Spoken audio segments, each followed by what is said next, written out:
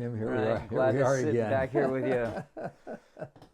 Tim and Bob telling some Tim and Bob stories. Do you need to check the sound level? Dominick. I just did, You so did. we're much better than last time. Cool. All right. Wow. So yeah, this is session number 2. Love to just reminisce and share some stories of your climbing adventures, but also if it turns into other stuff, family history or religion or whatever. Whatever it does. We can some of share some of that. Some of the climbing stories touch on those different things, so we'll see That's how what that comes makes up. you. Okay, cool. Well, I wanted something cute, so this is kind of a cute story. It's a rescue story. I have a few of those, right? So I think I mentioned in the last set about Las Vegas and climbing on what Frenchman's Mountain, I believe, is the official name, but everybody called it Sunrise Mountain, on the east side of Las Vegas. And it was a beautiful little mountain, and it had its own little ecosystem there. Sometimes I saw these incredible lilies on the backside of the upper ridge. Wow, they were gorgeous. Some years they were there and others not. And just little things like that. I heard a snake, a rattler in there one time, but it was beautiful. But it was steep limestone, and I carried a bunch of rock out of there because it was so beautiful shapes and things like that. I still have a piece or two out here in the garden here in Jackson, from those days. I should dig some of them up and show you sometime. You've actually given me one or two. Oh, really? That I used in my 8th grade geology class. Is that right? Yeah. That's awesome. Well, some of them were gorgeous, totally beautiful. So, okay, so one day I was with my girlfriend Nanette, okay? And long story behind Nanette, we met at church. She was a charismatic Catholic like myself, and we got along well. She was divorced, had 6 children, all of whom I got to know. They didn't like me very well. They liked their father much better. He was a hostile ex, and we only had one run-in, but I called the cops after that one run-in. So anyway, just that's a little bit of background. So, and occasionally I'd take Nanette to the mountain, sometimes with kids and sometimes not, depending on school and whatever was going on. So one day we were just up, maybe the Frenchman's Mountain, Sunrise Mountain was about 2,000 feet, rising up off the ground level on the very east side of the city of Las Vegas. The Mormon temple's over there, which is a great big landmark, because it's very big. Sometimes I'd even park right near the temple and go up. But there were various little dead end roads that you could just park at and walk up in. And development was going on, so by the time I left there, it was getting harder to know where to go and how to get without trespassing on somebody's property. But that's all beside the point. So one day, I took Nanette and we just worked our way up. I always carried a rope, but there was no climbing involved. And we ended up on a butte like sticking out. And it was on the far north end of the little range there. And I didn't go there normally. It was just a little further than I like to travel, but I've been over there a time or two. But so we went up and we sat and had to have a snack on top of this just little butte that projected out from the. It was like a buttress that leaned against the main mass of the mountain, and there was another one just north of us, and we could see like a little string of this particular geological kind of formation. So we're sitting there just taking in the view. It was a beautiful afternoon, probably late spring, late spring in Vegas. Vegas is like April. February or April, yeah. Yes, exactly. Because it's already getting warm, really warm. And all of a sudden, she said, "What was that?" And I said, "What?" And so we started listening. And after, a period of little confusion, we could hear somebody going, "Help, help, help," a young voice. And so we're looking around. I had binoculars, but I look around, and finally, I saw on the next buttress to the north of us, there are 3 kids standing there yelling at us. And so, it's a steep, they're on top of a buttress like we're on, and it's a vertical rock around them. But of course, that buttress is connected to the massif, and somehow they got up there. So I went, look at that. So we're going, whoa. So I said to Nanette, look, stay here. Don't go anywhere, because it was rough terrain. I said, don't move. This may take a while, but don't move. So I got my gear, dropped off the side of wherever we were, went down, went across this distance, which I'm going to guess was like maybe a quarter of a mile, well, maybe a little more than that. And these guys are above me, and the side that I was approaching didn't look real hospitable, so I went around to the other side, and there was a gully. So I climbed up through it. It was 4th class, low 5th class, something like that. Got up on top, walk over to these 3 kids. They were like about 10 years old, right? Wow. And I said, what are you guys doing up here? How long did that take from Nanette to them? Is that like an hour, or is it 20 minutes? Or? Yeah, 20, 30 minutes. 20, 30 minutes, right, okay. Yeah, right. So I said, what are you guys doing up here? And then they said, well, we wanted to look around. I said, where do you live? And they pointed down there, down there. And I said, well, how did you get here? And they said, well, we over here. It sounded like they came up the way I did, And I said, okay, well, I got a rope here. We're going to go down that way. And they're going, no, we're afraid. We don't want to go there. And they meant it. I mean, I could tell these kids meant they didn't want to go that way. And I said, okay, there's one other option. I can lower you on the rope. We call it rappelling normally, but I would be lowering you on this rope. And you would just sort of walk down. And they said they all agreed they would rather do that. Well, it was actually shorter on the other side, the side that Nanette could see also, not that was a factor. So I ended up lowering these kids off. And the actual lowering they were maybe, I'm going to guess, like 70 feet of actual unclimbable rock that I was lowering them over. Sort of significant, it was though. Significant, this isn't 20 feet. This is 70 it was feet. More, yeah, right. And it was I was carrying a 1/4 inch or 5/16 rope, so it's kind of hard on the back, but it went okay, So we get down there, and I said, okay, listen. I said, where are your bikes? I asked them where on top, and they pointed. There was a schoolyard way down below us, and they said that around the side of the schoolyard there. And I said, okay. I said, do your parents have any idea where you are? No. So I said, okay. So we went down, and I took them with me, went over. We picked up Nanette, brought her back down. We went down to the car. I had a rack on top. We put all the bikes on top, maybe one of them in the back hatch. It was a small station wagon. And I said, okay, look at you guys. We're going to take you home, but we're going to drop you off a block or 2 away, and we're not going to tell your parents. Okay. And they're going, oh, thank you. Oh, thank you, sir. Oh. And I remember telling him, I said, now listen, next time you do something like that, think about the fact that you may have to come back down the same way you went up. Think about that, okay? And they said, okay, we will. Rescue in Las Vegas. A Bob intervention. And that was the early 1990s when you were living there in Vegas. 93, 94, somewhere in there. Yeah, Right. Right. But it was fun. Nobody got hurt. Oh my. And these aren't old enough to be like teenagers. Yes. These are like kids on bikes adventuring. And of course I was working with teenagers. Yeah. And teenagers were a handful, but these kids were young and innocent, and these boys, and yeah. So it turned out to be fun instead of a hassle. Glad that Nanette got to see you in action. Yeah, right. Yeah, she could have watched through the binoculars. I don't know if she did or not. Yeah, right. Working with youth. Working with youth, exactly. Being as nice as I could to kids. Woo! Super. Okay, well, hey, the next exciting adventure, I mentioned it, I think, last week, is because it spans about an 8 or 10 year period. So it's long and involved, and it touches upon all sorts of things. But okay, so this is a long story. So this would have been the summer, I believe, of 72. Just piecing it all together, I'm pretty sure that would have to have been the summer.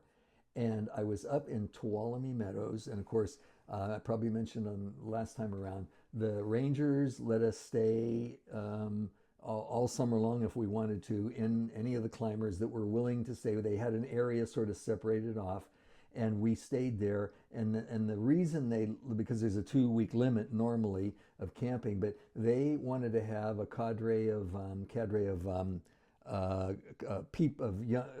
trained young people that know how to do searches and rescues, and occasionally such things happen. And at this point in time, I think I had only been out on one search there from that location, and I'd never been on a rescue on anything technical at all.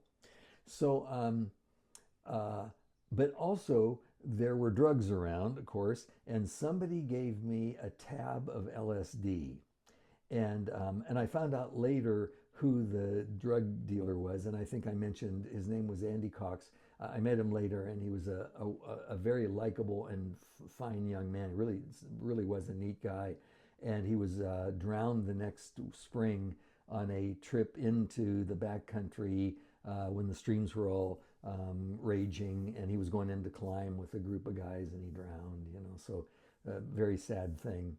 But in any case, so I took this tab of acid one day, and having no idea how strong it was, but I just assumed a tab was, for those that weren't drug involved, they used to make these like gelatin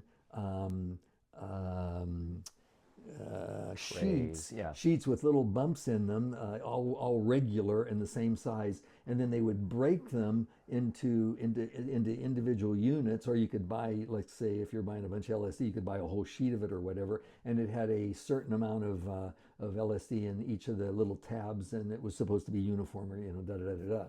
So, and I got one of those, maybe two, I don't remember. But in any case, I took the full one this one day and went up on Dog Dome. Now, Lambert Dome is the dome that you drive right by when you're coming into Tuolumne Meadows. And it's on the north side of the road, and you can easily hike up to the top of it, and a lot of people do. And there's some climbs on the bottom lip of it, or the bottom, whatever, skirt of it. Let's say Werner's Wiggles is there. That's a whole story in and of itself, This guy Werner, I saw him once or twice, but I never met him.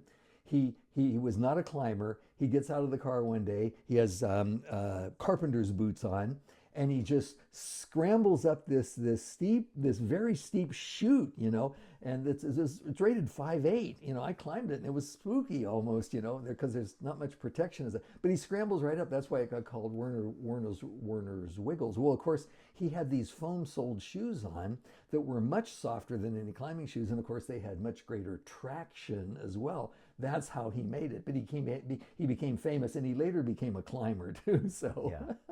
But anyway. So, but behind Lambert Dome, which was that one, was a small dome called Dog Dome that you couldn't see from the road, and it had a very steep backside to it. That would be the north side, and it was beautiful and flat, kind of smallish on top.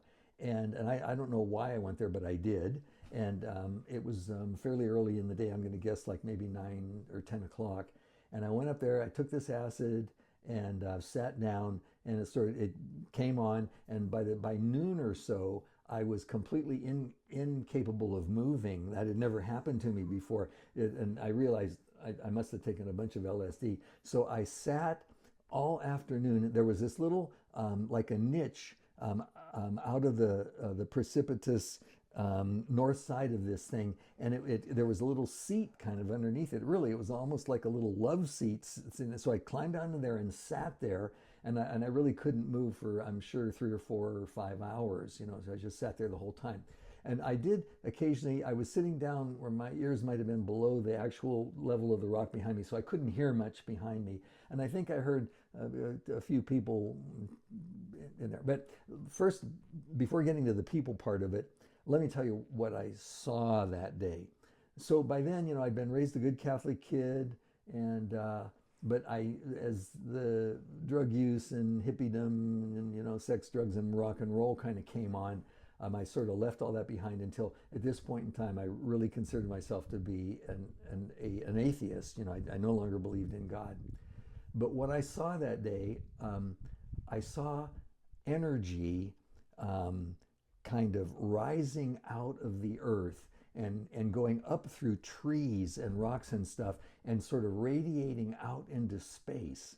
And it was this mystical kind of experience, and I knew that I was seeing the workings of God. I could see it was just like the whole universe that I was seeing out there was filled with this divine energy that was flowing up and out, and so I became a believer that day. And as far as I can remember, I don't think I have ever lost belief in God since that very day. Yeah. Okay. So, how old were you about this? I'm 72. I was about Okay. 20, 25, 26. 26 or Yeah. so, yeah, something like that. So, towards the day when I was beginning to regain my ability to move, I heard some people talking, and so I sort of climbed up onto the dome itself rather than down in this little seat that I had been on. And there was a small group of people, maybe 4 or 5 or 6 maybe, and they were yakking, young people, couples, and so they were over there, and I was minding my own business over here. But one of them wandered over towards me and sort of came by and spoke to me. He had a strong British accent, and he said, "So hi, and I said hi, and he said, "So what are you doing up here?" And I said, "Well, I'm spending the summer here, but okay, then I have to remember to tell this." So I was experiencing for the first time depersonalization, derealization kind of stuff. And I didn't know it until that moment. I'm speaking to him, and all of a sudden, it's like I'm no longer in my body. My mouth is speaking, but I'm up above, 6 feet above, looking down on this. We've read about these kinds of things that happen in psychosis and in drug trips and things like that. And that's happening to me. So I'm going, oh, how strange, because I'm speaking these words, but it doesn't feel, it's not me speaking these words. It's some body that's standing there, and I'm actually, so it was very strange. So I'm trying to answer him, and from his responses, it seems like I'm making sense, So he says to me, what are you doing here? And I tell him I'm staying over at the campground. He says, well, I thought you couldn't stay here all summer long. And I said, well, I'm a climber, and they let a bunch of climbers stay here so that there will be people available for searches and rescues, so they leave us alone as long as we're willing and able to work for them when necessary. And he said, oh, how interesting. And he said, well, have you ever been out on a rescue? And then he said to me, have you ever risked your life to rescue somebody? And I stopped, even though I was 6 feet, but I stopped and thought a minute, and I thought, I've never been out on a life-threatening rescue at this point in time. And so I said to him, no, I never have. And so we chatted a little bit longer, and he took off with his friends and went away. Okay, but that incident, talking to him, stuck in my mind. I had never risked my life for anybody climbing at that point in time to save someone. Okay? Yeah. So eventually I went back to camp, and I ran into Dave Bircheff. I think I mentioned him last time. And he looked at me and he said, whoa, he said, you've been into something. He can see my face, because your eyes get, kind of funny. And I said, yeah, I took LSD. And he said, whoa. He said, how you doing? And I said, I'm still pretty stoned. And he said, okay. So he's the one who introduced me to Zen Buddhism, actually. He had been a speed freak, by the way, survived being a speed freak for quite a number of years, got over it. He became a caffeine freak. He did. He would drink lots of strong coffee before he would go climbing. But anyway, so, and he and his gal invited me to have dinner with them, but you can't eat when you're on LSD. There's no appetite whatsoever. So eventually, as it was beginning to get a little twilighty, I just wandered off back out onto the meadow, on the Tuolumne Meadow. The traffic's died down, it's all open. And I was out there wandering around when night came on. Okay, I was just moseying around the meadow. And of course, the meadow runs for, 2 miles, down to the west. So I was out there moseying around. And of course, I had a background in astronomy from Boy Scouts and from junior college, and astronomy courses and stuff like that. So I knew the heavens. So after it had gotten fully dark, I was looking around, and Cassiopeia was just high enough in the sky, and of course we think of it as a W. That's the usual way it's written, but actually, when it gets, if you're in a very dark environment, you can see that the top of the W, there's actually an extra star that's not as bright as the others, and it actually creates a square there. And squares are rather rare in the skies or anything. The big one, of course, being the square of, what's the flying horse? Oh, goodness. Pegasus. Pegasus, yes. The square of Pegasus, which is a big one. Well, the square at Cassiopeia, which you can't see most of the time because of light pollution, is quite a small one. And for the first time, I heard the inner voice. That's the very first time I heard that inner voice. And the voice said, look here for a sign. As I was looking at the square of Cassiopeia, look here for a sign. And I heard that and I went, whoa, who said that?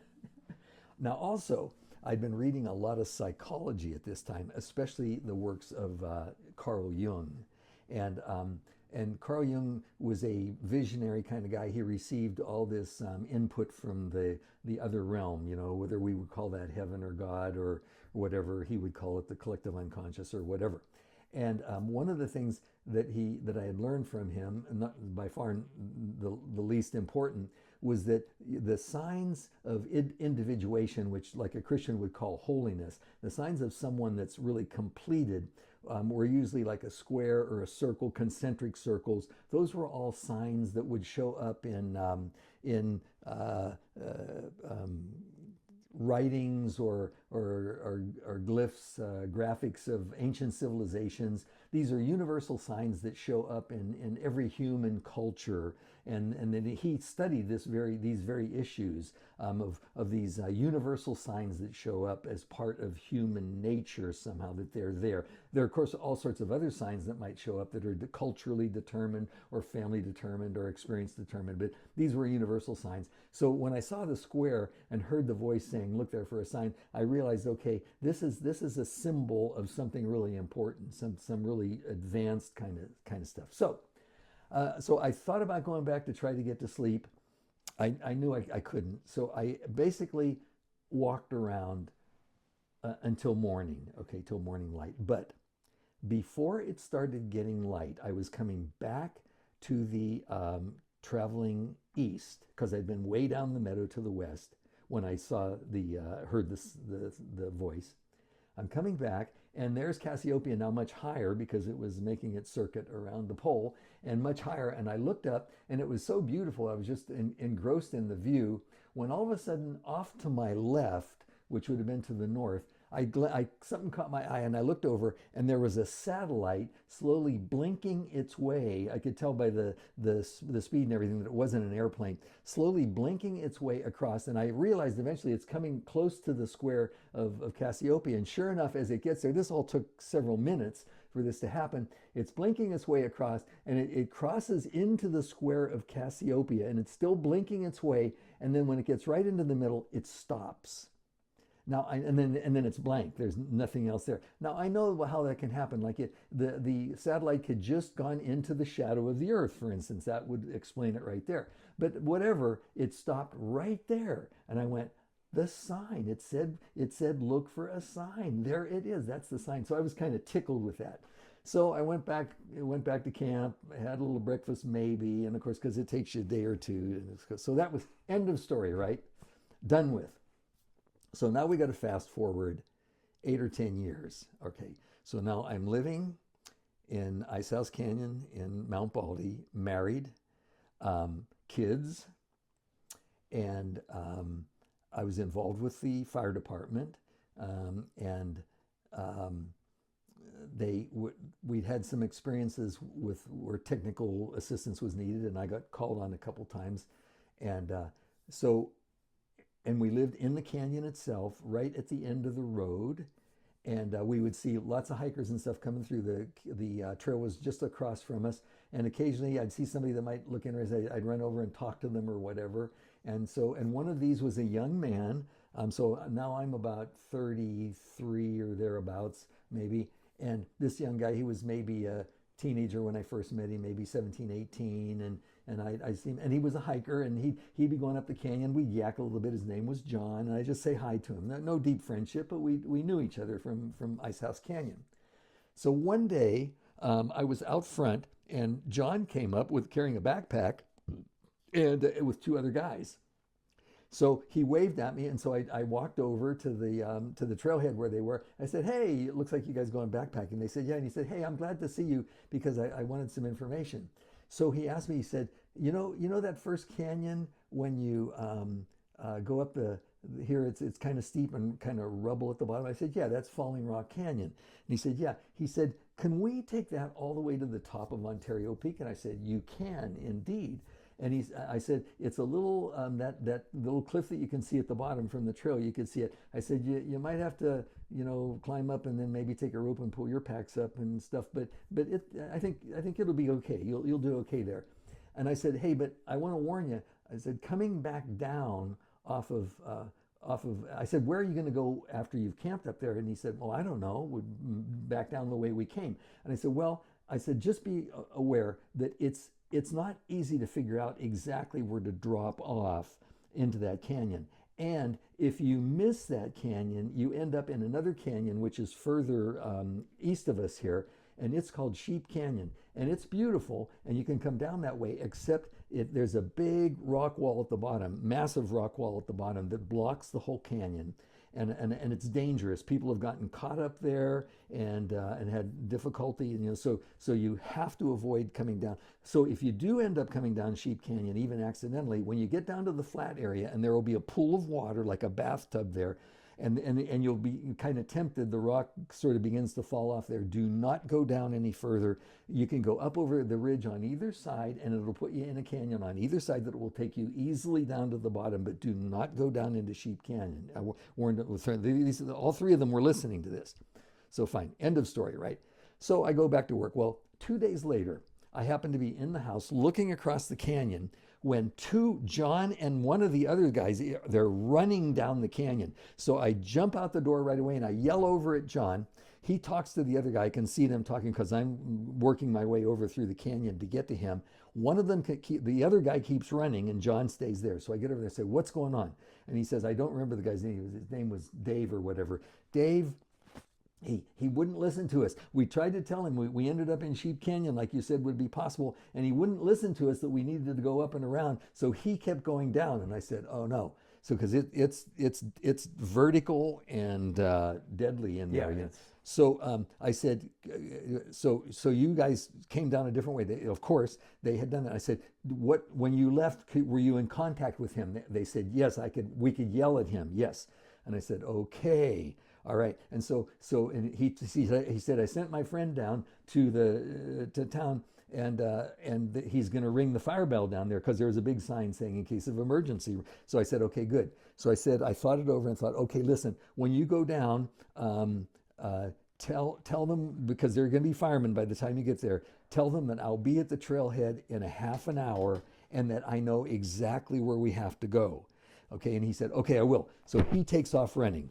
Okay, so I run into the house, tell Sunshine what's going on, Vicky Sunshine, and start packing right away and putting all the technical gear together. And by the way, it's late in the afternoon. This is late in the afternoon that this all happens. So, and I get out there on the trailhead just as the truck pulls up, and out hop two guys, one of whom I know, Harvey Good was his name, and he interestingly, everybody knew he was a really great guy. And he was older. He was third in command. He was there was the chief, the sub chief, and then Harvey Good. I don't know what his official position was at the rescue team fire department. So and he introduced the third guy and the other guy, and he said, "Hey, this is Mark," or whatever his name was. I don't remember. And he said, "This is his first time out." And I'm going, "Ooh, but I didn't say anything." Okay, so we take off up the hill. They're both loaded with packs. And so we're walking up the canyon, and Harvey says to me, he said, "What gear did you bring?" And so I tell him I've got a full rope and a bunch of pitons and one thing or another. And he said, "Okay." And he said, "I've got similar stuff." And so we realize we have plenty of technical gear. And he said everybody else is tied up. There's nobody. We're the only two available today. They're all gone or whatever. There's just two. There's nobody behind us. Two and you. I'm going, whoa. Okay. All right. So we're going up, and I said, "Hey, well, Harvey, I think the quickest way to go here would be to go directly up the lower trail, because the trail splits up above, and one side goes over a steep hog's back, and the other one goes right along the stream. And we have to go up from the stream. So I said the quickest way, of course, would be to go up the stream and then go up from there. And he said, you know, Bob, he said, I really think we ought to climb over the hog's back, and because then we'll have a better view, and we'll also be able to yell across the canyon at him. And I said, yeah, Harvey, but if it happens that we do have to climb directly up, it's going to take an extra at least 2 more hours to go that way. And he says, yeah, I know. He said, but I think so. And now he's in charge. There's no question. And so I go, okay, you're in charge. I got it. So we go up on top of the hog's back, and he yells. There's no answer. And so he says, okay, let's all yell together. So we yell what the guy's name was, because they told us his name. So we yell, Bill, you know, and we hear this, help coming back. It was faint, but we could sense the direction. It's about where it should be. He's near the top, you know, and there's this big face that we're looking right up through canyon land, right up towards it. And so Harvey says, okay, let me talk to him. And so he asks him a couple questions, I forget, but the question then he finally asks him, he says, are you safe where you are? And he sort of answers, sort of, or something like that. And then Harvey says, can you spend the night there? And the answer is, no. He's terrified. I mean, it was a terrified cry for help. It really was. We looked at each other and went, okay. And he said, okay. So now we know what we have to do. We have to go back down the hog's back up the trail. By then it's beginning to get dark, and there's a cliff band as we go up the canyon. And normally in the daytime we climb it unroped, but it's too dark for that, and we have a newbie with us as well. So I have to go up, set up a belay, and belay the 2 of them up to it, and this all takes time. So by the time we get to that point, it's dark. Okay. This guy's stuck above us. He's maybe at this point in time where we are there, maybe 500 feet above us, maybe. And Harvey's, and I know there's a canyon off to the right, and I've been over there. It doesn't go anywhere near where we need to go. And Harvey is going, is there? And so I'm going, Harvey, we're going to have to go back down and around like I said originally. And he said, isn't there any other way? And all of a sudden, I hadn't even remembered it until that time. I go, oh, wait a minute. I said, a couple summers ago, there is a wall back here that would take us up to where we need to be, which is on the gully to the east of us, that would give us access to be above the guy that's stuck. Yeah. And I said, I climbed it unroped with a friend who had never climbed before, but it was in warm summer. And his name was Phil Whitman, and he was a graduate student at the School of Theology. And I took him up like a 15 feet or so, and I said, how's this feel to you? And he said, this is fun, I like it. So I went up a little further, and I said, see, do you think we could climb to the top here?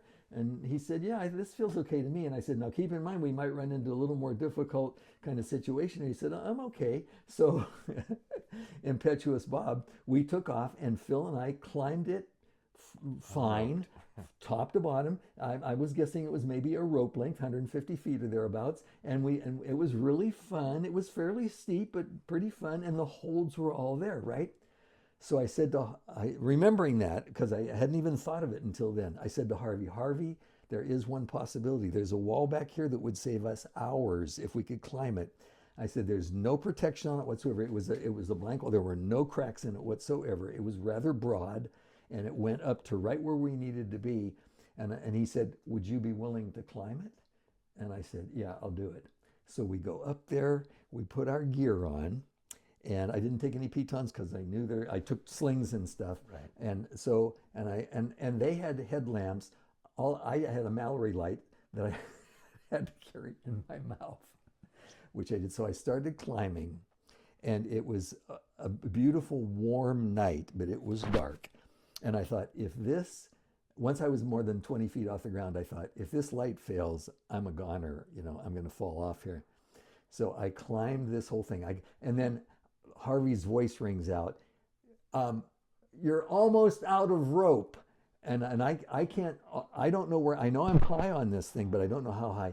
And I said, okay, there's nothing I can do except keep climbing. So sure enough, Just as he's saying, oh, he's saying now, you're just about out of rope, I reach up and there is the lip on top. I pulled myself up over the top. There's a little pine tree big enough to use as a belay anchor right behind me. I sat down, breathed a sigh of relief. Whew, and I tied into the tree and started belaying the two of them up. Okay, whew. It was a challenge, but everything went well. No slips. No. So anyway, so I'm sitting there and belaying, and he sent, of course, the newbie up first, and the guy, he climbed it okay, but it took him quite a while. So he's climbing away, and I look up, and there's Cassiopeia sitting there in the sky, and there comes a satellite blinking its way across from the north, and it blinks over into the square of Cassiopeia and stops right in the middle, just as it had 10 years earlier when I saw it from Tuolumne Meadows. And I thought, this is the first time I have ever risked my life to save somebody else. Yeah. So they both came up. We saved, I'm going to guess, 2 to 3 hours by doing that. We climbed up. We could talk. By the way, from there, we could talk with Bill, who's up there, and we said, we're coming to help. He says, please hurry, So we get up above him. Harvey sets up a belay point, and there's a sort of a ramp going down, and I figured this kid had to go down this way. There's no other possibility. So I half scrambled down, and he half lowered me down this ramp. I'm going to guess I'm down maybe 50 feet from where the belay is set up. And I come down, and here the ramp ends and it turns into vertical. And this kid is sitting right there with a pillar of rock right beside him with his arm around it, clinging for dear life. He's afraid to try to climb back up. There's nothing but blank air below him. So I sat down right beside him. There was a place to sit right next to him. I said, hey, okay. I said, relax, you're safe. I grabbed him by around the waist or whatever. And I said, now look, I said, you've got to sit still here because I have to put a harness on you and I got to do a bunch of stuff and you're not safe until I get this harness on you. So can you sit here? Are you okay just sitting here? And he said, yes. So I think I had a Swami belt. So I wrapped it around him, tied him again, then tied him into me. And then I started looking at the pillar and I shook and all that. The pillar was perfectly sound, interestingly. I thought, had he only known, he could have used his own belt and been much safer. But of course, he didn't know that. So anyway, we got it all together and Harvey's up there going, Bob, everything okay down there? Because it takes time to do this, So I finally got him, and I got him onto the rope, and I had either brought down 2 ropes or I just used, I don't remember why, but anyway, so I sent him up I explained, now you're going to climb, you're going to be protected from above by this rope that's coming. And so he scrambles on up there, and I don't think I had a light. Maybe I brought a light for him. I don't remember. But in any case, he gets up there, and then Harvey brought me up there. He's safe. And of course, we went over the ridge as I told them to do, and we did it at night with no problem down, and he's safe on the ground. So, hoo-hoo. How was that one? That's good and spicy. It was spicy. It was. I love that it ties together a lot of things that make you of your awareness of religion and energy and spirit. Yeah. Then also your outreach and helping make others comfortable in the hills and the mountains. You don't just do mountaineering for yourself. You're very much about spreading the gospel of getting out in nature. Well, Tim, that takes me back to my first backpacking trip in the Sierra because my kids probably know this already, but I maybe have never said it to them particularly and completely, and that is the good Lord sent me into the mountains as a rescue operation. I don't think I could have ever grown up as a child without some form of salvation in my life. And the Boy Scouts and the wilderness became my salvation. It really did. I would be impoverished without all that I've done here, including you. You are part of my mountain experience and my own kids, of course. Just for the record, where did you grow up and what Boy Scout adventures and stuff were you involved in? Okay, well, the most meaningful one, which I already mentioned there. So we were living in Chino, California at the time, in the Old Baldy Council. The Old Baldy referring to Mount Baldy, which was actually named Mount San Antonio. The three highest peaks, or the three highest peaks of each of the three ranges in Southern California. All of these peaks being over 10,000 feet. Mount Baldy was the third highest, and in the San Gabriel range, and Grayback or Mount San Gorgonio in the San Bernardino range, and then Mount San Jacinto in the San Jacinto range. All of those peaks being over 10 grand, and Mount San Gorgonio being 11.5. Nobody knows that there's almost a 12,000 foot high mountain right in the middle of Southern California. Nobody knows that. There's this huge mountain there, so. And before you and I were talking about this before we started filming here today or recording, and that is that the canyon, the valley between San Jacinto and San Gorgonio mountains is 10,000 feet deep, and that's for an earth valley. 10 grand is about as deep as it gets. That's deep. So, and of course, what's at the bottom of San Jacinto is Palm Springs. Right. Back in the day, everybody wanted to go to Palm Springs. So you were living in Chino, and right. got involved in Boy Scouts just in your local area, or did you have connections and people in Scouts that took you up into the higher ranges, or? Yes and no. So Chino had well, let me tell you first about the opening experience, because it actually happened before I got into Boy Scouts. So I was getting ready to join the Boy Scout troop at our parish. Our parish had started a Boy Scout troop, which was interesting because of all the men leaders, none of them had had any Boy Scout experience whatsoever, which was very different, as I discovered later when I ended up in another troop. But as I was getting ready to join, my 11th birthday was approaching, and they said, gee, it's too bad. In fact, I was going to turn 11 the week that all the kids would be gone to Boy Scout camp. And they said, oh, it's too bad, you're just not quite old enough to go to camp with us. Well, unbeknownst to me, one of them called the council office and said the situation. They said, oh yeah, send him along, no problem. So I got to go to camp when I was 10 years old, right? Well, our camp was up out of Inyokern, as I was discussing with you earlier, out of Ridgecrest and Inyokern, and it was up in the Sierra Nevada, down on the South Fork of the Kern River. And so I got to go along, and I turned 11 that week. And in that week, I got to go swimming in a lake and go canoeing in a canoe. And I saw rattlesnakes, and I saw people finding Indian arrowheads, although I never found one myself. And I got to go backpacking on an overnight trip in the wilderness, right into the Domelands wilderness there. In fact, I don't think the Domelands, it didn't have that designation until the 60s sometime. So it was just the mountains out there, and there was nobody out there. So this is approximately 56? 57. 57. You turned 11 in 57. Turned 11 in 57, exactly. And what was the name of the camp at that time? Circle B. Camp Circle B. Circle B for Baldy, for Yep. OB, Old Baldy, Right. Circle B Boy Scout camp. And it became a huge part of my life. Once I turned 16, the same thing happened as it happened then. They let me join the staff when I was 15 because I was going to turn 16 that summer. So, and I was the youngest and actually one of the smallest people on staff that year because my growth spurt hadn't quite kicked in then, so I later became taller. So, but there's a cute story having to do with that. Let me tell you that story too, real quick, because it's so fun. When I got to camp for staff week, and I was with the kids, some of whom I knew, mostly from the Order of the Arrow, because I had some schmoozing with them, so I knew some of them. And we were all, the guys I knew were all first-year staff members, okay? And as we were driving into camp, and I was familiar with the camp because I'd been there 3 times as a boy, including that first time that I just told about there, when I got to go hiking and doing everything for the very first time. I looked up the canyon where the shooting range was, and there was a whole bunch of construction going on. I thought, I wonder what that's all about.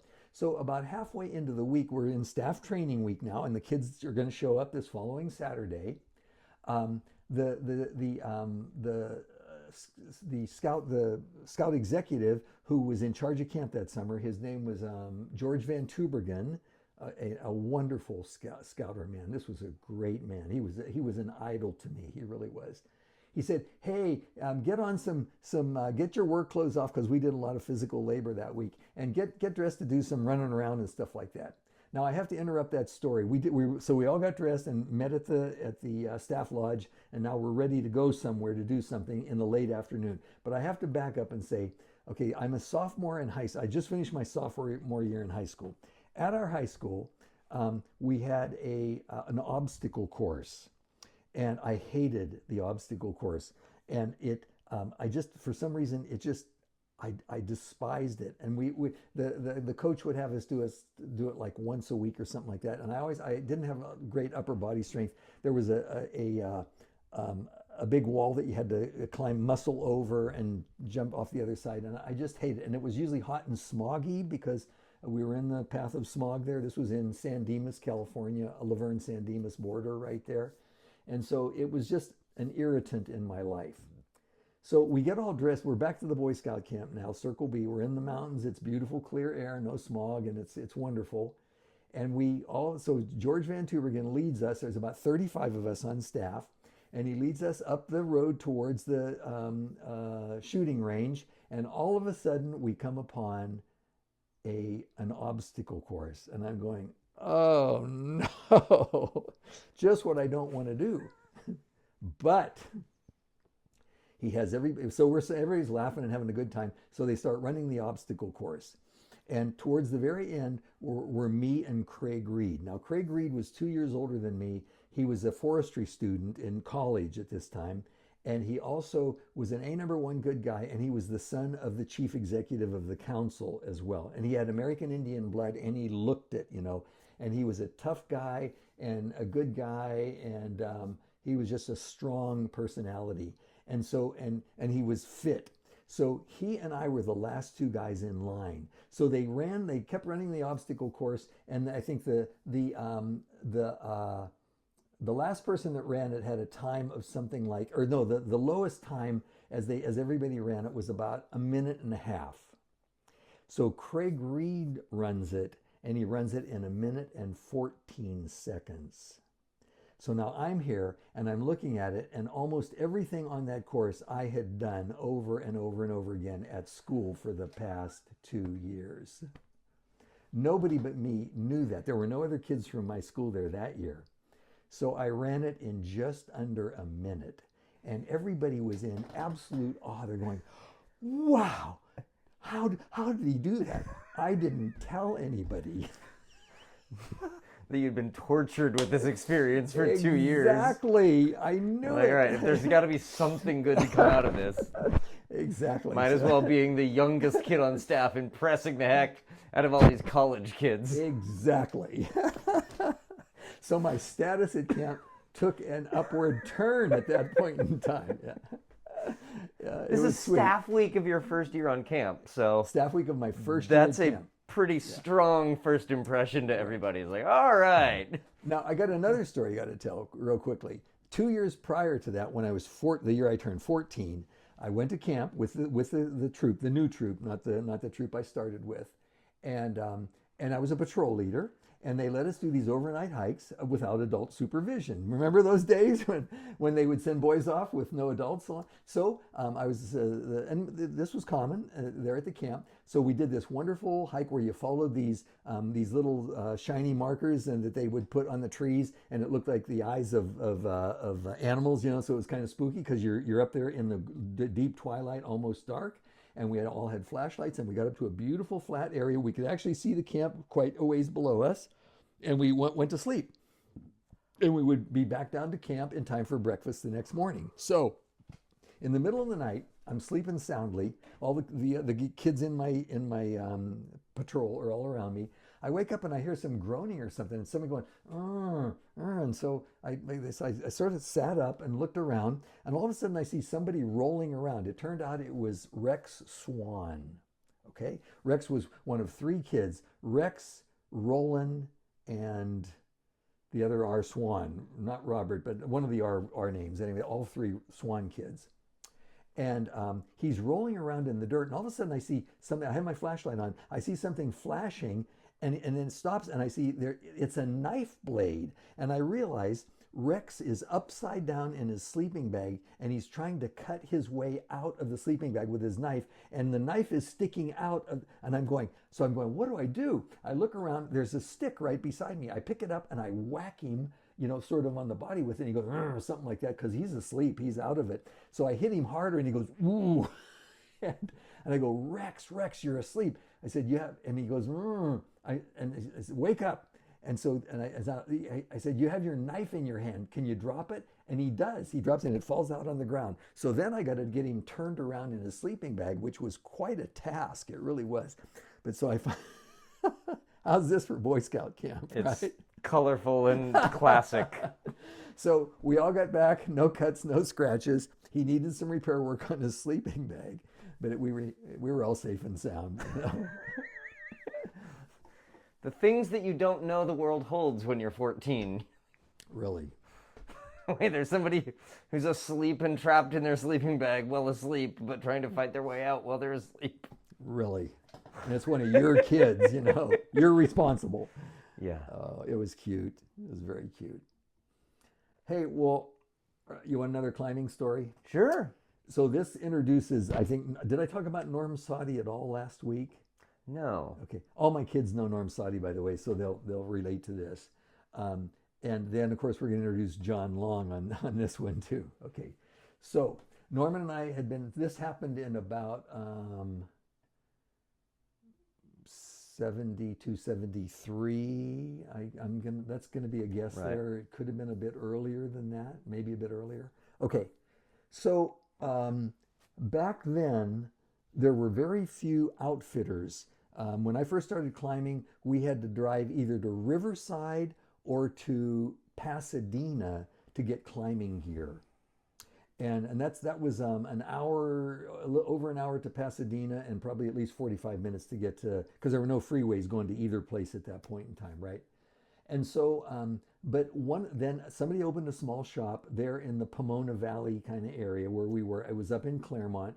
I don't remember the man's name, but he was a very good guy. We all liked him. And somewhere along the line, and we all went there, of course, because it was so much closer. Somewhere along the line, he decided, and he talked to various people about it. I don't remember talking to him, but other climbers did. He decided to open a guide service of some sort to do training and maybe guided climbs and things like that. So he asked for who would be interested, and a whole bunch of guys that I knew volunteered, and about 6 of us or so he hired on as a guide. And of course, there was no pay unless you took somebody out or did some actual guiding. So, and they named it Granite Mountain Guide Service. And of course, I told you about Granite Mountains, I think, last week. That's where Norm Saudie and I already talked about Norm because we talked about the Mad Bolter down in the valley. All right. And he said, how'd you get up there? And I said, we climbed. That guy. So that's why it got named Granite Mountain, because Granite Mountains was an incredible place to climb. It really was. It was like J-Tree on steroids. It was just fantastic climbing there, really great, and bigger, twice the size of J-Tree. Meanwhile, back at the ranch. So after the guide service has been going for a while, we found out that Jack Schnurr had been hired to take this 18-year-old kid climbing for the first time. And it turns out a bunch of us were going to be at J-Tree, and he chose to come to J-Tree, which would be an obvious place to go to take somebody climbing for the first time. And so we never saw him with this young man. At least I never saw him with this young man, but we did get reports back from him because he was there for 2 days, I believe, with this is John Long. And and he told us after it was all over, he said, this kid, he's kind of goofy and he's a little bit klutzy the way he walks and stuff. He's not real sure on his feet. But I remember Jack Schnurr saying, there's something about him though. This guy, he is driven like people. I've never known anybody quite like this young. This kid is driven, So a month or so later, Norm gets a call, and he's been hired to take John Long out again.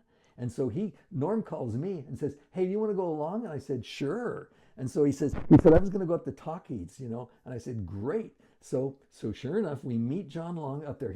Some friends dropped him off for the day. I remember meeting them in a cafe somewhere up there. They had 3 or 4 friends with him, and so we took John off with us, and the friends went and did something else. And we went up, and neither Norm or I had done a lot of climbing at Tahquitz, but we knew we weren't headed for any route in particular. In fact, we didn't think we were going to climb much at all. We were going to do some rappelling with him and show him how a lead went, and following a lead, and a few things like that. So we found a really interesting place. We're about maybe only 100 feet off the ground or so, and there's a kind of a nice ledgy arrangement that runs out, and that you gain more air as you go off to the left on it. So we went out to a comfortable spot there. There was a small pine tree sitting there, maybe about 6-8 inches around, and we had shade there a little bit. And we began to show him stuff about piton craft. And in one case, there were some cracks off to the side, and so I said, how did this work? We were roped up at the time, so he and I walked over, both dragging a rope or 2, I don't remember, and there was a crack there, and I had him put a piton in. It was about a 1-inch angle, as I recall, and they drove it in. I said, okay, that would feel about right to me. We're teaching him from the ground up. Okay, here's the way a piton works. You drive it in. And then I said, now I want to show you how to remove it now. Yeah. And so I realized, okay, because we're on a sidewalk that's maybe 4 feet wide, but I thought if he fell backwards, he could. So I motioned over to Norm and I said, would you put us on belay here? And so Norm did, which turned out to be a good idea, because I showed him how to drive the pin back and forth to loosen it, and then I said at a certain point, it can get stuck there, and so what you do is you use the tip of your rock hammer to lever the pin out using the eye of the pin. And he said, okay, I get it. So he puts the tip of the piton hammer under there and yanks on it really hard. This kid was strong. He was big. He yanks on it, and it pops free, and he topples. He would have toppled over backwards, except I caught him just in time. But I was so glad that I had the forethought to have Norm put us on belay, right? So John Long learned the piton craft lesson very quickly. He got the whole drift the hard way there in one short little thing. So that we had some lunch after that, and we'd done some other stuff. I don't remember what all we did. I don't think we were using chalk stones yet, so I don't think we did anything with chalk stones. But then Norm or I said, hey, why don't I climb up, and Norm said, why don't I climb up this corner, and I can see there's a place for a belay up there, and we'll just do a little walkthrough, just the way we would do an actual rock climb. Because when he'd been out with Jack Schnurr the first time, it was all top rope, basic kind of stuff, and they didn't do an actual climb. So let's take him on an actual short climb. So John and I stay sitting at the tree, and we're tied into the tree, okay? And it's the branches are just high enough off the ground so that we can sit there comfortably in the shade. And Norm's up, and he climbs up this steep arching kind of crack. And when he's maybe 50 feet off the ground, there's kind of a block there, and he has a couple pitons in, so he's got some protection. And there's this block sitting there, and he either has to go around it or whatever, and we can't tell from the ground. But so what he does is he has a piton right here at his left hand. Basically, he moves across about 3 feet and climbs up and just grabs this thing that's a block. It's about the size of a basketball, I'd say, and he pulls up on it. Okay, guess what? The basketball breaks off, and Norm swings free. And he's now falling and swinging because of the pendulum effect with the piton above him. He's swinging and falling, and the rock is falling straight for me and John sitting at the base of the tree. So John, of course, he's on the right side. He's splitting off, trying to get out of the way on the left. And I'm trying to do the same thing on the left side, trying to get over and maybe behind the tree. This all happened very rapidly. Norm is still falling, and all of a sudden, the rock comes crashing down. It misses us. It doesn't actually come near us. I believe it hopped over us. But in any case, all of a sudden I realize I don't have my hands on the rope anymore. I have lost the belay rope in trying to get away. And I'm going, no, because I haven't heard anything. I spin around, and Norman, as he was falling as he's swinging, penduluming to the left off this piton, he reaches up and he grabs the piton on the far side of it and stops himself with his left hand. He's up there hanging. He doesn't know that I have lost the belay rope. Oh my God. And so I find the belay rope, and I put it. This is why John Long's climbing stories only got more colorful. If this is his first impression of a lead situation, wow. Now, okay, this is his introductory bar. Introduction. There's a reason John Long's stories got more colorful. First, he almost falls off the ledge from levering the piton, and but listen, I really don't remember whether John Long knew or noticed that I had dropped or if I grabbed it in time. I don't remember. So he may have known that. You'd think he would have told somebody the story, maybe, But in any case, so now I've got the belay rope back. Nobody knows what just happened. Norm's fine. He lets go, lowers himself down a little way, swings back over, and reclimbs it, and a few little pieces come down. We finished the route and closed up and went home, I believe. So that was the John Long introduction. Wow. All right then. So Norm and I remained nobodies, and John Long became a famous rock climber. Woo. And that was at Tahquitz in like 68, 69, 70, somewhere in that range. Yeah, somewhere in there. I'm thinking maybe 71, maybe 71-ish. And where were you at in life? Were you together with Sunshine at 70?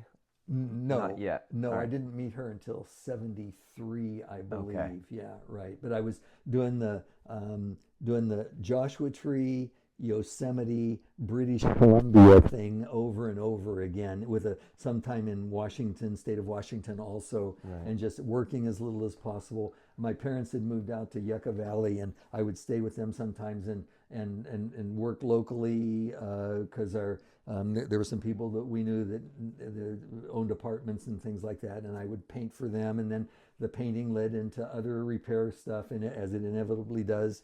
And so I began to, and then Norm and I actually ended up working for, I'd forgotten about this. Norm and I worked for a contractor in Chino. Norm knew him or found the job, and we worked for him. Oh, that was with Phil Wayner also. Yeah, anyway, so we did work for that's where Norm got his start in construction work. Okay. Was when we worked for Noel Tomberlin, the builder, the Chino builder. And he was very good to us, by the way. And we started working as laborers, and then he'd say, well, can you do this? And, so one thing led to another. But then we both quit, which deeply upset Noel Tomberlin because he would train. But we quit because it was time to go. It was spring and we had to go climbing, right? You're young, skilled 24-year-olds, though. Exactly. And they're like, we don't want to stay and work for a paycheck. We have higher adventures. That actually happened, yeah. The mountains are calling and I must go. But both Norman and I, then we had a profession started right there. Him construction and me repair work, So, Of course, he was way better at what he did than I ever became as a repair guy. So, yeah. So these are the early days. Wow. Yeah. Laying the foundations of it all. Yeah. So. Well, thank you for sharing. Okay. So do we still have a little bit of time? Sure. One more Norm Saudie story? Please. Okay. So earlier, this would be now, I think this was before I went to Alaska. So 68 or 69, we've been climbing at Joshua Tree, and we knew that we could climb 5.6, which of course translates into 5.7 in Yosemite, but we didn't know that at the time. So we go up there in February one year, just the two of us. And I don't remember where we camped, but the weather was good and stable. And so one of the climbs we did, it might have been the first one, but anyway, it was, I don't remember the name of it. Is it Little John by any chance? But it's up on the base to the left of the nose on El Cap. And there's a bunch of short routes up there, up to 4 pitches or so. And they're very fine routes. And we didn't know anything about that. We just followed the guidebook and it said, go here. And we found, okay. So we're up there and it's in the mid-afternoon and the climb is rated 5.7. We're going, whoa, 5.7, because we were used to 5.6. So, and Norm had the first lead and then I had the second lead. And we did it okay. And I think the crux was on one or the other lead and we managed it okay. We thought, wow, not knowing that we were actually we were actually 5'7" capable at that point in time. So we thought, hey, we're doing good here. Well, I got up onto a small ledge, and it was plenty of room for 3 or 4 guys to sit there. So I sit down. There were belay anchors, and they were rappel anchors too. And I sat there. I'm all tied in, and I'm going, I am so thirsty because we didn't bring any water because it's February, right? And so we had some snacks in the rucksack, but no water. And I think, God, I am so thirsty because the sun is right on us, and of course it's low in the sky, but it's beating right directly on us. So Norm starts climbing up, and all of a sudden I hear this whooshing sound, and I look over, and there's this ice falling down right in front of me, right out, 20 feet out. And I look up above, and there's ice. I can see the rim of El Cap up above. It's rimmed with ice up above. And I'm going, oh no, we are right in the path of this ice. And I'm going, dang. And we were too stupid to have noticed that from the ground. Wait a minute, guys, guess what? There's full sunlight, and there's a bunch of ice on the rim up there, and guess what can happen? Up there is like 2,000 to 3,000 feet above you. 3,000 feet above us. 3,000 feet above you are icicles, so that's bad news. Thank you for interjecting that. Yeah, the ice is going very fast by this. So I'm sitting there worried about this. Norm's climbing, and all of a sudden, there's this crash, and I feel something shattering around me, and I'm going, what was that? I look over, and there's a pile of ice sitting about 3 feet to my right. It's about this big. It was solid, by the way, but it had sprayed ice all over me, and so it had to be this big when it actually hit. I'm with my hand. Oh, can they see this? I guess they can see this. So it had to be pretty big because it shattered a bunch. Yeah. If this is the end piece, then the start was Thank you. Pretty immense. Thank you. You say it so much better than I do so frequently. And then I go, ice. Water. So I reach over, I switch belay hands here, and I reach over and grab some and scrape together some of the ice stuff, and I get water. Oh, good water. So by the time I saved enough for Norm, I got to tell you, I did save enough, but I finished off half of the ice by the time he got there. Yeah. And so I gave him his share of the ice, and we might have been at the top of the climb, or maybe there was another pitch, I don't remember, but we roped off, and that was the end of that adventure. But I thought, I learned something about Icefall that day, so whoa. How did you rope off? Were you rappelling off of natural anchors, or did you leave sling behind, or... I don't need details, but just sort of that era. That era, generally bolts, generally 2 bolts, and they would have been 1/4-inch bolts back then. And I think everybody had a sense that, and of course I mentioned that the mad bolter who began to do that, he might have started with 1/4-inch, but he moved up, I'm pretty sure, to 5/16 or 3/8 to get that so much greater depth as well as greater strength, shear strength as well. Yeah. But the attitude was generally that, especially rappel bolts, are only taking body weight. They're not supposed to be taking any fall forces. Yeah, although they were also frequently belay bolts as well as rappel bolts. Yeah, they were both. Yeah, so and so in that case, in fact, speaking of which, one of the guys that I know of the 2 that I knew that died climbing there was Timmy Harrison, and he and a friend were following a brand new route on the apron, on the Glacier Point apron, and they the leader, whichever one it was, I don't know, fell, pulled, and the force came on the belayer, and it pulled the new bolt that was there because the route was quite new, and the original guys only put in a single bolt, whereas of course you would expect 2.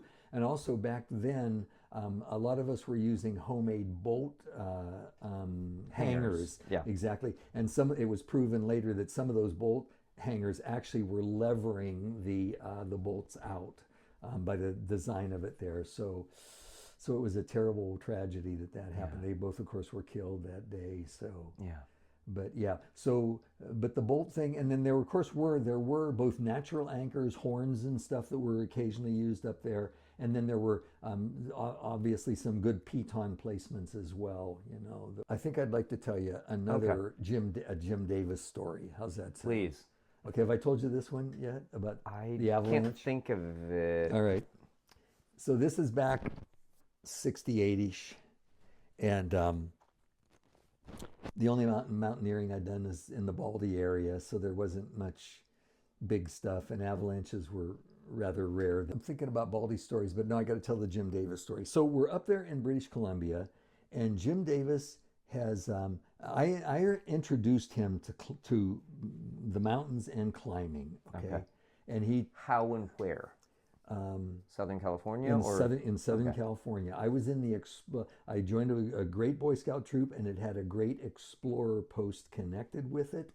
And we were into risk taking, and we spent a lot of time in the mountains, but especially in the deserts.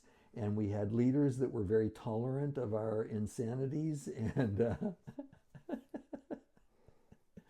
in fact, we were at a place called Stedman one time, which was an old gold camp out in the middle of the desert in what's now Mojave River National Park, or whatever that thing is called out there. And these gold camps shut down in the 40s when the price of gold dropped, or something happened during the war. I forget, 44, I think. Yeah. And so, people just drove. They just left. So we would go out there and stay in old cabins and stuff, you know. And we saw and heard a bunch of interesting stuff. But one day we were out there. I got to Stedman maybe 3 times, maybe 4 times in the time I was with the Explorer Post. And this one, and Norm, he was 4 years younger, but so I was one of the junior leaders when he was coming in as a lad. He would have been 14, and I would have been 18 at that point in time. But one day we were there, and we had brought Bill Clark, who was another of the guys. At Boy Scout camp, he was on staff, and he lived in Chino, where Norm and I both, so we all knew each other. His dad came along, and he had been an assistant scout leader at the Boy Scout troop, but he'd never been involved with the teenage group, the explorer guys, you know, the older kids. So we're standing, getting ready to go down into a mine shaft. We had been down it before, and it was way deep. You could throw a rock in it. Took a bunch of seconds before you heard anything. But it had a lot of adits, or whatever they call them, that go off, tunnels that went off to the side, and we were exploring them. We found an ore cart down there, which the post later removed and took back home with us. We found cases of dynamite down there, which we knew enough to go, no, stay away, do not touch. You know, we knew that well enough. And we found crystal displays and just amazing stuff down in this particular mine shaft. But as we're getting ready, we had ropes and stuff. As we're getting ready to go down, Bill Clark's dad, Keith Clark, is standing there looking down while we're getting ready all around the outside, the flat land right there. We all carried 3 sources of light. We all had water in our packs. You know, we were as careful. But there's this ladder. It's an old ladder. It's not rickety, but it is old nails, and going down into the depths, and we would be going down perhaps several hundred feet, and before we branched off to the side. And Keith Clark says to Rick Madole, who's standing right, a lad, a year older than me, standing right next to him, and he says, Rick, he said, you think it's safe going down there? And Rick Madole says to him, well, Mr. Clark, he said, if it were safe, we probably wouldn't want to go down there.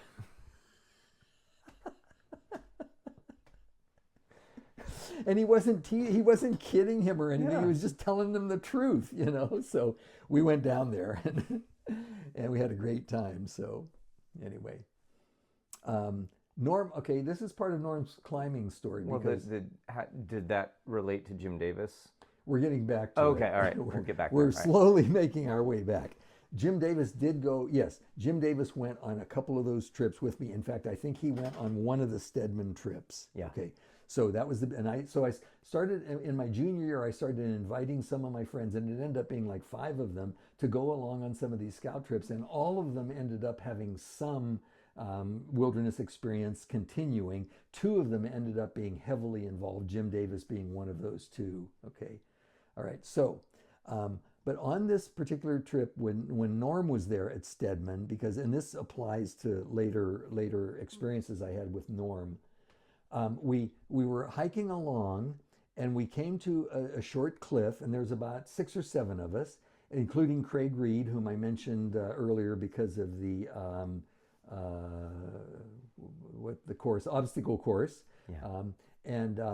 And Craig Reed was up above us, and there were a couple people, and then me, and then Norm. No, I'm sorry. Norm was above me, and I was below. Craig Reed kicked off a rock accidentally, and it came. We heard it. It came clattering down, and it was headed right for. I could feel it. I knew I was in the way of this thing, and Norm just. I don't know whether he did it on purpose or not, but he shifted his knee to the right, and the rock hit his knee and reflected off away from me, and I saw the whole thing happen, and I went, he just saved my bacon. That could have hit, because we were all clinging, to the rock. It was steep enough that it wasn't just a scramble. We were climbing. Of course, we were too stupid to think don't climb underneath other people, especially if you're unroped. No, we were too dumb for that. But I realized, and Norm saved my bacon a couple of other times in our climbing career. Meanwhile, back to Jim Davis. So Jim is living up in British Columbia, and he was a draft dodger. And he's living with another guy that I went to high school with. The three of us all went to the same high school named, Pat Gillespie. And Pat climbed with us sometimes, but not generally. And he wasn't much of a mountaineer. He would rock climb with us a little bit, and we could tell a story about him. But so Jim and I decided we wanted to do some mountaineering, and we had done a few things already, and he had more experience than I did because he had friends up there of various nationalities, and one group that he climbed with sometimes was a group of school teachers, and they were all either New Zealanders or Australians, and there were 4 or 5 of them. I only really had involvement with 3 of them, and Dave Douglas was by far the most experienced and finest climber of them, and this guy was good, and he'd done a lot of stuff in the Alps down in New Zealand down there, and one of the things he told us is, he said, in the spring the gullies are just garbage chutes, so stay out of the gullies unless you can see all the way to the top and you know that there's nothing waiting up there to come down, And he said, stay out of them. So Jim and I, we drove out into an area called the Border Peaks group, because the U.S.-Canadian border ran right through the massif there, and we did other trips in that area. Beautiful peaks. I mean, I think I mentioned slides. I have some slides that will show those peaks. They're just gorgeous, sharp peaks with glaciers. So Jim and I went out, and he had a Land Rover, and so we made it up a backwoodsy logging road, and there's this peak ahead of us, a huge gully running up, and we said, let's do it. So we up through the brush and the slide alder, which is a pain in the keister, and then up a ridge with the canyon just below us, and then there's snow in it now, and we get up quite a ways, and we transfer down into the snow, put our crampons on, and but we realized this gully is like 5,000 feet long, but we can't see the very top, but we can see near the top. And we figured, hey, what could there possibly be up there that we can't see from here, even though we couldn't see right around the edge? There was a left turn, a dog leg at the top. We couldn't see it. So we go, okay. So we spent the whole day there, and we had purposely, one of the reasons we chose this area is because we knew we'd get a bunch of snow at a lower elevation, because we wanted to, I had been making some homemade gear. And because I had time on my hands when Jim and Pat Gillespie were off working, they both worked for a local newspaper. And so I'd been putting together things, especially snow anchors. And I knew the general principle because they were on the market already. And so I was working on them, and I had made a couple of them. I got together cable and stuff like that. So we were going to test them that day, which we did. So we spent a bunch of time right in this gully on steep snow. It was good compacted snow. And we had crampons on, but I'm pretty sure we did. But in any case, and we were testing it by actually falling roped and just falling down and yanking on the end to see whether they'd hold. And they performed beautifully, and everything was fine. And we had climbed up quite a ways, So we'd come in probably at least an hour and a half or 2 hours to the approach. And then we spent a good time climbing up to the area that we wanted to use for the test purposes. So it was getting a bit later in the day, so we thought, well, maybe it's time to go down. So we start working our way down, and we got down to a place where the gully began to level off a little bit and not be quite as steep, and we could see ahead of us that it continued leveling as we were going down. And we had been up on the ridge above us where there's trees. Now we're down in the below tree line, and so there are trees above us, but we're down on snow and rock around us. And we noticed that where we stopped there, I just happened to note that there was sort of a big boulder sticking out, a huge boulder, something the size of a house, sort of sticking out a little ways from the wall over here on the left side as we're facing downhill. So we got a swig of water, both of us, and we took off. I remember I took off my outer gloves and stuff and put a few things away, and then had maybe a little bite to eat or whatever. And then we're putting our stuff back on our packs and all that, and we have our ice axes in our hands. And Jim starts to take off ahead of me, and I'm ready to go, and I have my gloves in my hand ready to put them on, and my ice axe is right here. And I turn around just to take a quick look. It's been crystal clear all day long, beautiful sun all day long. I turn around and I look back up the gully, and there's a little cloud at the top of the gully.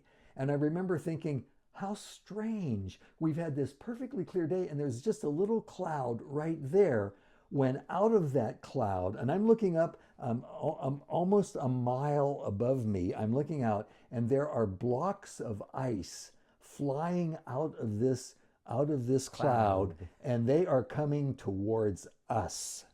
And I said one word, run. And Jim said he never looked. He heard my voice. He knew exactly what it must be. And he took off to the left to get behind this little, this piece of a boulder that was sticking out. It was huge, but it wasn't sticking out very far. So I grabbed what I could. I lost a few items of clothing, but I did grab my ice axe, and I ran, and I had my pack on already. Fortunately, I ran over. So Jim is ahead of me, furiously climbing the snow to get up as high as we can, as quick as we can.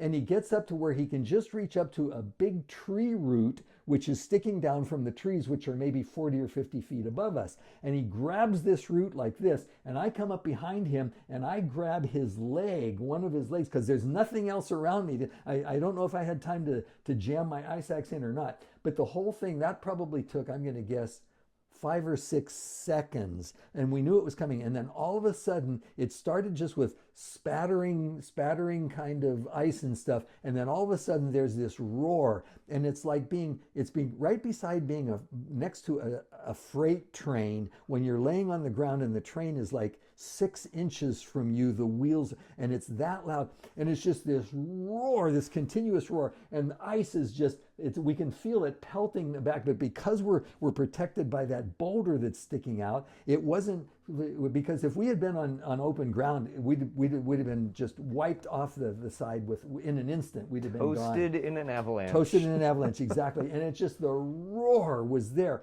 and it went on for, I'm going to guess, 3 or 4 seconds, okay? But we both, interestingly, and by the way, we couldn't hear the roar until this ice was almost upon us. It was the sound was, the avalanche was right behind the sound. It really was. But we both instinctively knew that there was more to come, and there was. So we climbed. Jim kept climbing, and I did too. And so I got up where I could hang on to the roots, and he was in some roots above me. Well, guess what? The second wave came, and it was bigger than the first, but we were higher, so we could tell we were safer where we were again. But it was the same thing, a huge roar, followed with tons and tons and tons of ice. When it was all over and we looked back down, the gully below where we had been walking down, it was snaking with a huge, it was a river of moving ice that was just snaking its way down as far as we could see.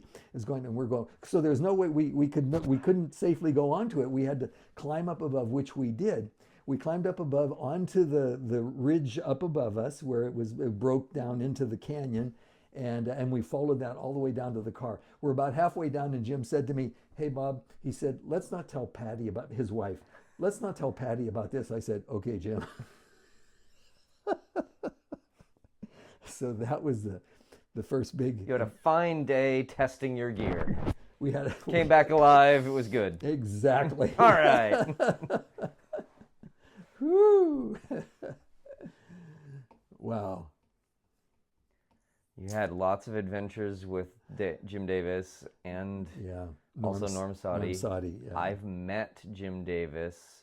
I don't think I ever met Norm. I'll be But darned. as you said, your kids have. Yeah. And I've been on some climbs that you did with Norm. Yeah, right. I've been on the later ascents. Yes, right. Wow. Yeah. He's a very likable guy, Portuguese guy, and very, very likable young man. He's much calmer. He's not wild and crazy like me at all, you know. And he became a great contractor. He began to design his own mountain houses eventually. So he'd design and build them, you know, and he built all over the Shaver Lake area up there, you know, so. Nice. Right. It was great. And I know him ever since since he was 10 years old. I was 14. We've known each other all those years, so. What I remember is Snort. Snort. Is the climb up at Bear River. Oh, yes, I'd forgotten. Jim Davis actually created the route. Yeah, it was the three of you the three of us, yeah. I really had nothing to do with... For Norm's birthday, was it? Something like that, yeah, Right. yeah, right. Jim did all the work. Right. He really did. I just went along for the ride, but it was fun, you know, so. Not the greatest route in that area. You did it. I have, okay. yes. There's It's others. worthwhile, Yeah, it's but okay, you're yeah, right. Right. Some pitches are great, and then you have to get all the way to the top. Yeah, good point. Well said. As usual, Tim. You know, I admire your use of words. I really do, because I struggle for words all the time and for putting it together, you know, so wow. I think you're a fantastic storyteller. So this is great. I'm just going to sit here and be quiet, and you're just going to Sweet be to hear. colorful and expressive and No, you need to give me a break. So throw in all your stuff. Talk about yourself a bit. Well, for context, I met you working at the Boy Scout Camp Winton. I went there since I was a child. I was never a Cub Scout. I just started in the Boy Scouts.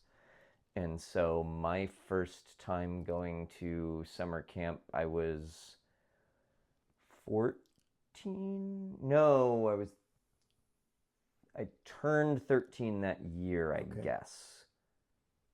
Because 1990 was my first summer there. Okay. So I was 12 technically and would later turn 13. Okay. Out of the Sacramento area. And all of my scout leaders were, the generation above me, approximately your generation, Vietnam vet ages. Mm-hmm. Not all of them were actual veterans, but, it was that generation that was raising us. Mm-hmm. They're all baby boomers. And so we did a lot of outdoor adventuring, and I connected with Camp Winton immensely. I went there basically every year for a decade, from when I was 12 until I was old enough to staff. Mm-hmm. 1996 was my first year to staff. Okay. I met you, I think, in 98? 99. 99. Yeah. Okay, 98, 99. So 99 I met you. I had been a climber at that point since I was probably 13 or so, 12 or 13, but very kid climbing. We top roped on no-name formations that we would pull over and say, hey, there's a tree and we can do that. We owned a few cams and such, but we used them to make top rope anchors on roadside crags. We weren't lead climbing per se with them. For, a family with elementary and middle school age kids, we weren't looking to build a lead climbing rack. Got it. 13-year-olds are not hardcore lead climbers. Maybe a few are these days. It is possible to, right. but when it's just like your hobby and not like your passion. Yeah. And so that was my introduction to climbing. So I knew how to climb. I'd done a reasonable amount of outdoor top roping, and I had done some gym climbing. But at that time, the only rock climbing gym was almost 90 minutes from where I lived. I'll be darned. All the way down in Davis. Okay. And so I would go there, but only for sort of special occasions. We went to one of their competitions for like their February Valentine's competition, climbing comp, and we just show up and be 12-year-olds at a climbing comp. All the serious people are doing actual climbing, and I'm just like doing a little bit of bouldering and fun, but catching the vibe of climbers. And I was 12 and 13, and cared about homework and computer games. Wow.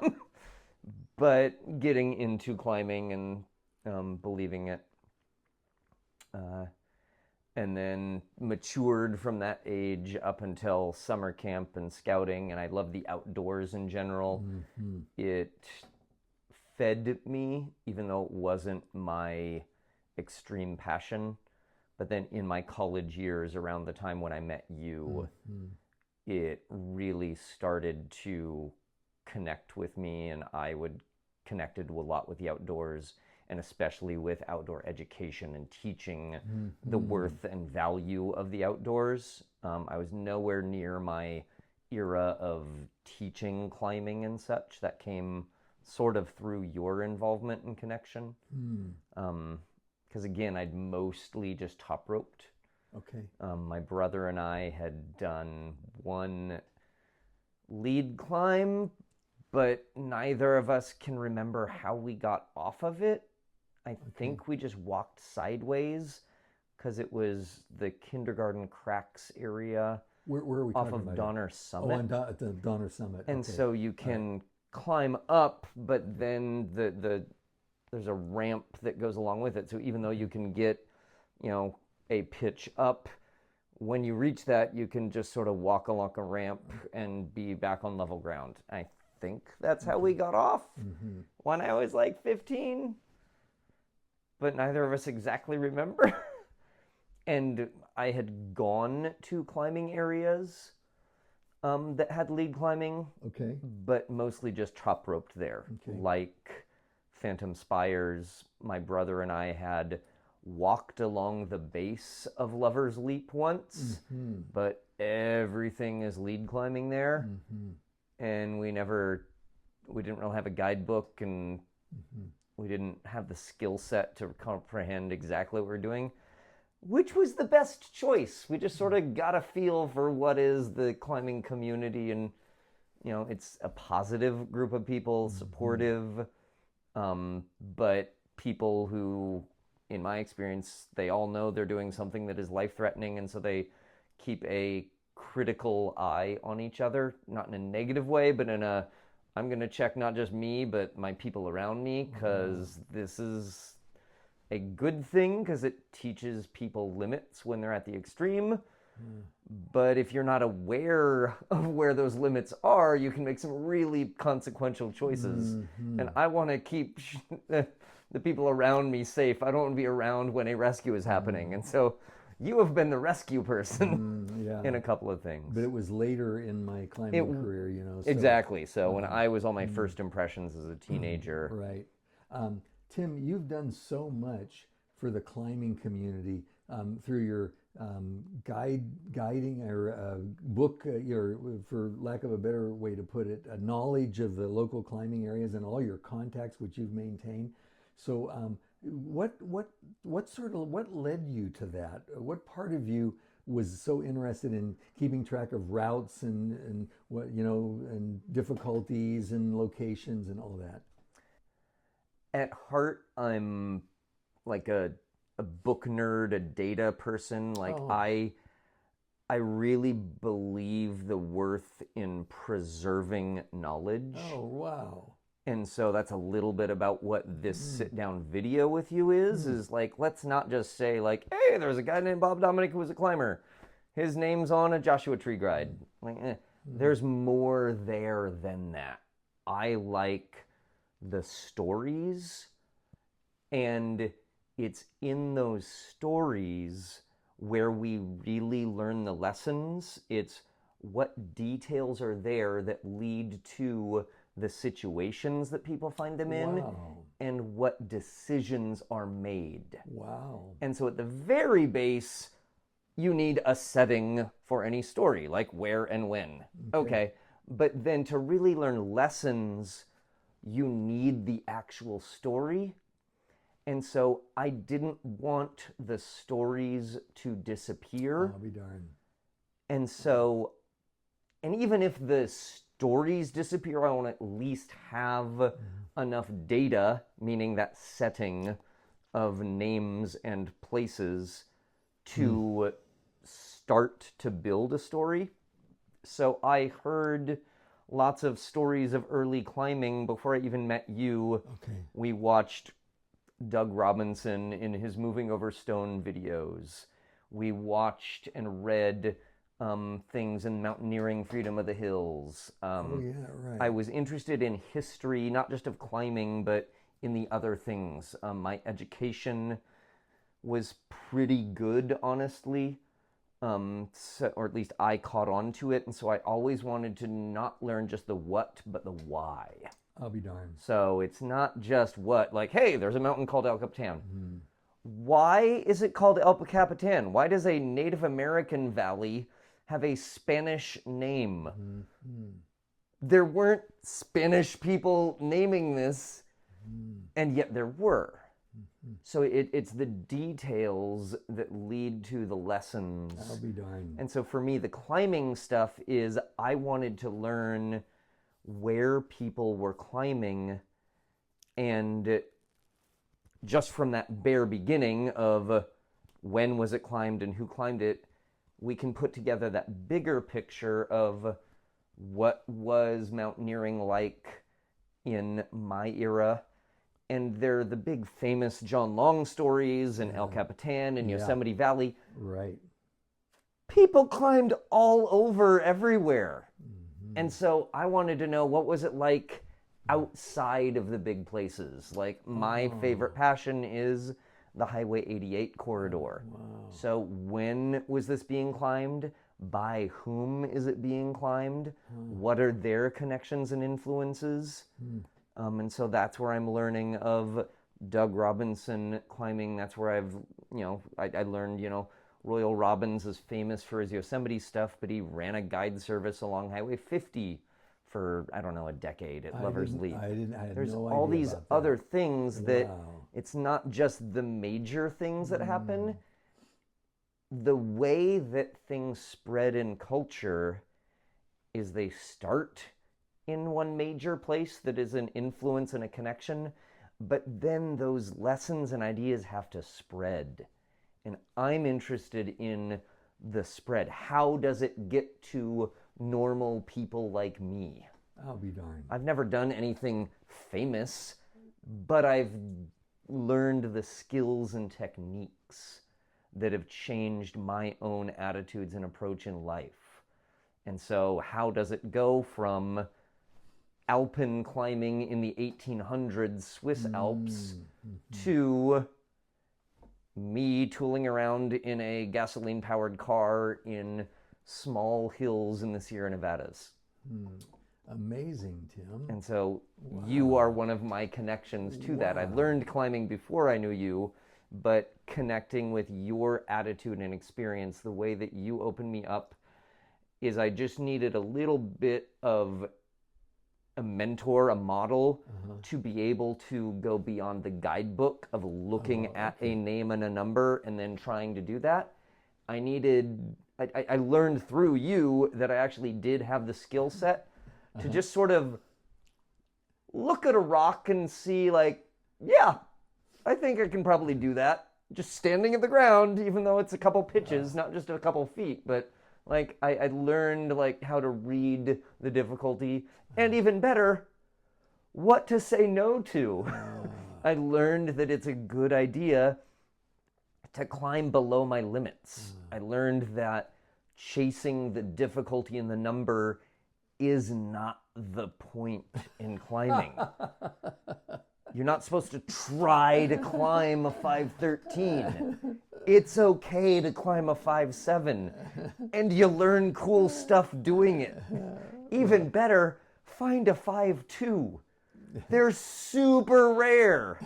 But if you climb on really easy things, the safety is such a low concern that you can learn other things about communication.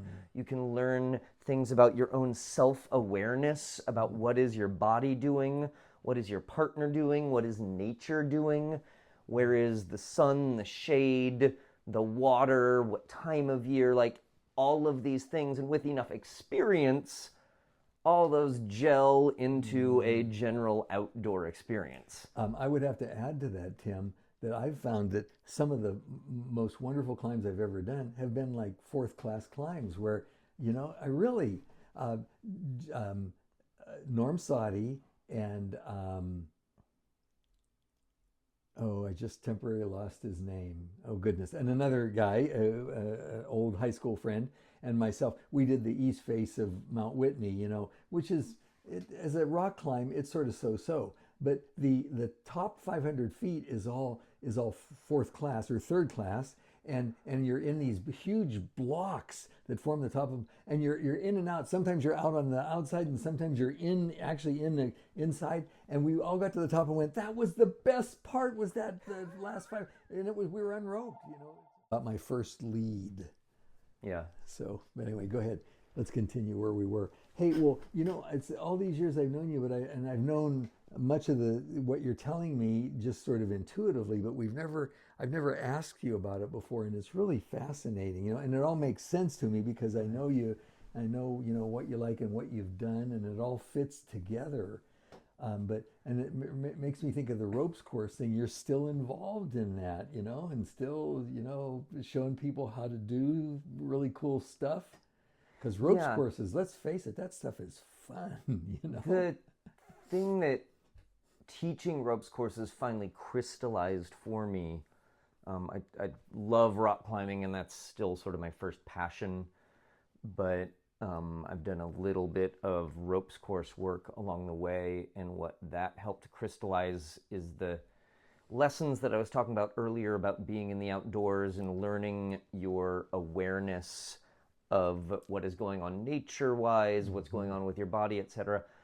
The lessons that we learn from climbing in nature are good in and of themselves, but the bigger picture for me, especially being in fourth and fifth class climbing or challenge course and ropes course settings, the point is to learn lessons about what we do in challenge situations and then bring those lessons and skills back to the rest of our life. Wow. So when I'm climbing, if I am a beginner climber, I don't entirely know what my body is doing. I'm doing my best. But as an experienced climber, I can see a beginner and when they're about to fall because I can see where their body is and how stretched out they are and what they're not paying attention to. And you can too. Like you can tell when a first climber is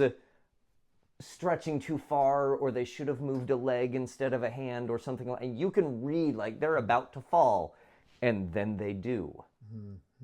Because you can build that skill set about what is going on in the bigger sense. And to me, climbing is about building that awareness about what is going on. And I don't mean literally with my body. I mean, obviously I want to, when I'm climbing, be aware, oh, my left foot is losing tension. I need to re-weight it so I don't fall. When I'm a beginner, I'm not aware that my left foot is losing friction and I'm about to fall, and it just leads to a fall. But with enough experience, I can pay attention to more things about what is going on. And it's the same lesson in life. Not just what is going on in many aspects, but also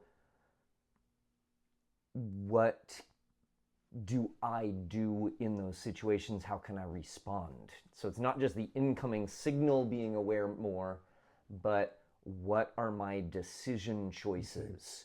When I'm climbing, it's a weight adjustment or I need to climb down now, or now is not a strong day, like that sort. But in the rest of life, when I'm stressed out and freaked out, what do I do? What do I need? What do I naturally do that does work? What do I naturally do that doesn't work? What are my good coping mechanisms and my bad coping mechanisms? So when I'm climbing, do I want other people to be cheering on and supporting me and looking at me? Or does that make me super nervous and I feel like I'm the center of attention and I start to freak out? Like, there's different situations, and it's not a perfect translation from climbing situations to real life, but I want to build that skill set and awareness of when I am challenged, how can I best face that challenge? Do I call on people to help me? Do I need people to go away and focus on myself? Do I need to take a break and come back? Like, all of these things are choices I can face in real life. Do I take a break and come back? Do I need to ask for help? Do I need to ignore everything else and focus? Like, all those things translate from the very focused situation of a challenge course or ropes course. Like, literally, what are my forelimbs doing right now? But I can learn all those lessons and awareness and make it bigger in my life. And that, to me, is the worth of climbing. Tim, from what you're saying, I would have to assume that you believe that those experiences can be transferred. I'm not saying this the right way, to other people, less experienced people, like on a ropes course. That the same kinds of lessons that you learn personally can be learned by these people personally on the ropes course as well. I assume that that's part of the that's become part of my opening speeches, and that's how I learned them. I learned those lessons not being explicitly told, but realizing, oh, I'm a better climber because I know how to look ahead and take a break when I'm solid. I know how to pay attention to all four of my limbs. So if I am about to slip or something, I learned how to go outside of traditional ways of holding, of like left, right, up, up. I can use opposition. I can use underclings. I can do things that are not just straight ladder left, right climbing that especially is common in old style climbing gyms. Now we have volumes and forms that are similar to the sides of rocks and such. Like, use all of the body motion that is worthwhile, and being comfortable in your own body is a really important lesson, whether you learn that through, well, just any sort of motion. But, you know, athletes get a good feel for it. Dancers are amazing at it. Climbing teaches that to you. But if you can be comfortable and aware of all of your body, if you're aware of everything in your body, it allows you to have another level of awareness around what is surrounding you. Well, what I'm hearing is that these lessons, which would be looked upon as physical lessons, can become transferred to the emotional psychological level. Absolutely. This is interesting. Yeah. Because I've never thought of this kind of thing before. I've taken for granted much of what you say in my own experience, and I've never really applied that thought. But obviously, you're in leadership in ropes courses and have been for a long time. That's where it proves that you're interested in this because it works, and so I've never put all that together in my mind. So thank you for talking about that. That's good to hear. I've had to do a lot of thinking of why am I still doing this. Right. Yeah, but ropes there courses, are higher pursuits and more lucrative pursuits in life than always doing seasonal work for climbing or seasonal work for ropes courses. So I've really honed in on the lessons that people learn, even if they're not aware of it. I've done enough of it to see what's really going on here. Well, good. Thank you for bringing up that point. Is they don't particularly have to be aware of any growth, personal growth. What's important is that it happens, not that they're aware that it's happening necessarily. You know. Yeah. Well, how interesting this stuff is. When I think back on all of our Boy Scout experience, I think, what a difference this has made in both of our lives, you know? Wow. Yeah. Some of the finest, men I've known have been scouts and scouters, you know, Yeah. starting way back in the day. I had two scout masters, two different troops, and I still have the fondest regards for both of them, you know, Larry and Lori, the two of them, you know, and they were just wonderful men in my life, you know. Yeah. Wow. And they weren't trying, they were just being who they were, you know. Yep. Wow, such a deal. Yeah. Boy Scouts of America, even though they've been on rocky ground here for a while, still a pretty amazing organization. Yeah. Wow. Goodness. Got almost a foundational American, or well, of course, universal, but in our case, American organization, you know? Yeah. Wow. Interesting. More important than many churches in many guys' lives, you know, so. Yeah. You know, even in the area of even fatherhood, relating to young people, even that, there are better lessons perhaps in scouting than there could be in other venues or other organizations or structures of one kind or another. Wow, Tim. Whoa. Well, I'm glad you're still involved in ropes courses. I mean, when you told me about what's going on back in Pennsylvania and Missouri, I thought, well, that's cool. That's very cool, you know. It's almost like a paid vacation. Not quite, because you're working, but still, it's. Yeah, I mean, by that I mean it's fun. You're doing something fun. It is very Even though much. You're getting paid for it. It is fun, you know. Wow. It's important. Getting kids high up in the air. Yeah. Woo. Wow. Darn. Well, should I launch off on my first lead? Ooh, first lead, and or what either got you into the outdoors, because you alluded to that earlier, saying that getting into the outdoors was super important for you, or how you got into climbing, or you can jump all the way to your first lead climb. Okay, yeah, let me jump and then work backwards from that if I could. So what happened is in about maybe 67 or so, some of these old Boy Scout friends who had done some climbing took me with them to a place called Big Rock. And Big Rock is down, do you happen to know where March Air Force Base is outside of Riverside, California, up on the plateau above Riverside, where now Moreno Valley is the name of that area. Okay, anyway. Okay. So it's out there, and from the military base, if you go directly east from there, you run into a band of hills, and there's a reservoir in there that belongs to some water district or something. And I don't even know if the reservoir has a name to it. We never paid any attention. But back in that day, we could actually drive in without gates or anything and go in along the lake shore and then come up to a big rock that was there, and it was called Big Rock because it was a big rock.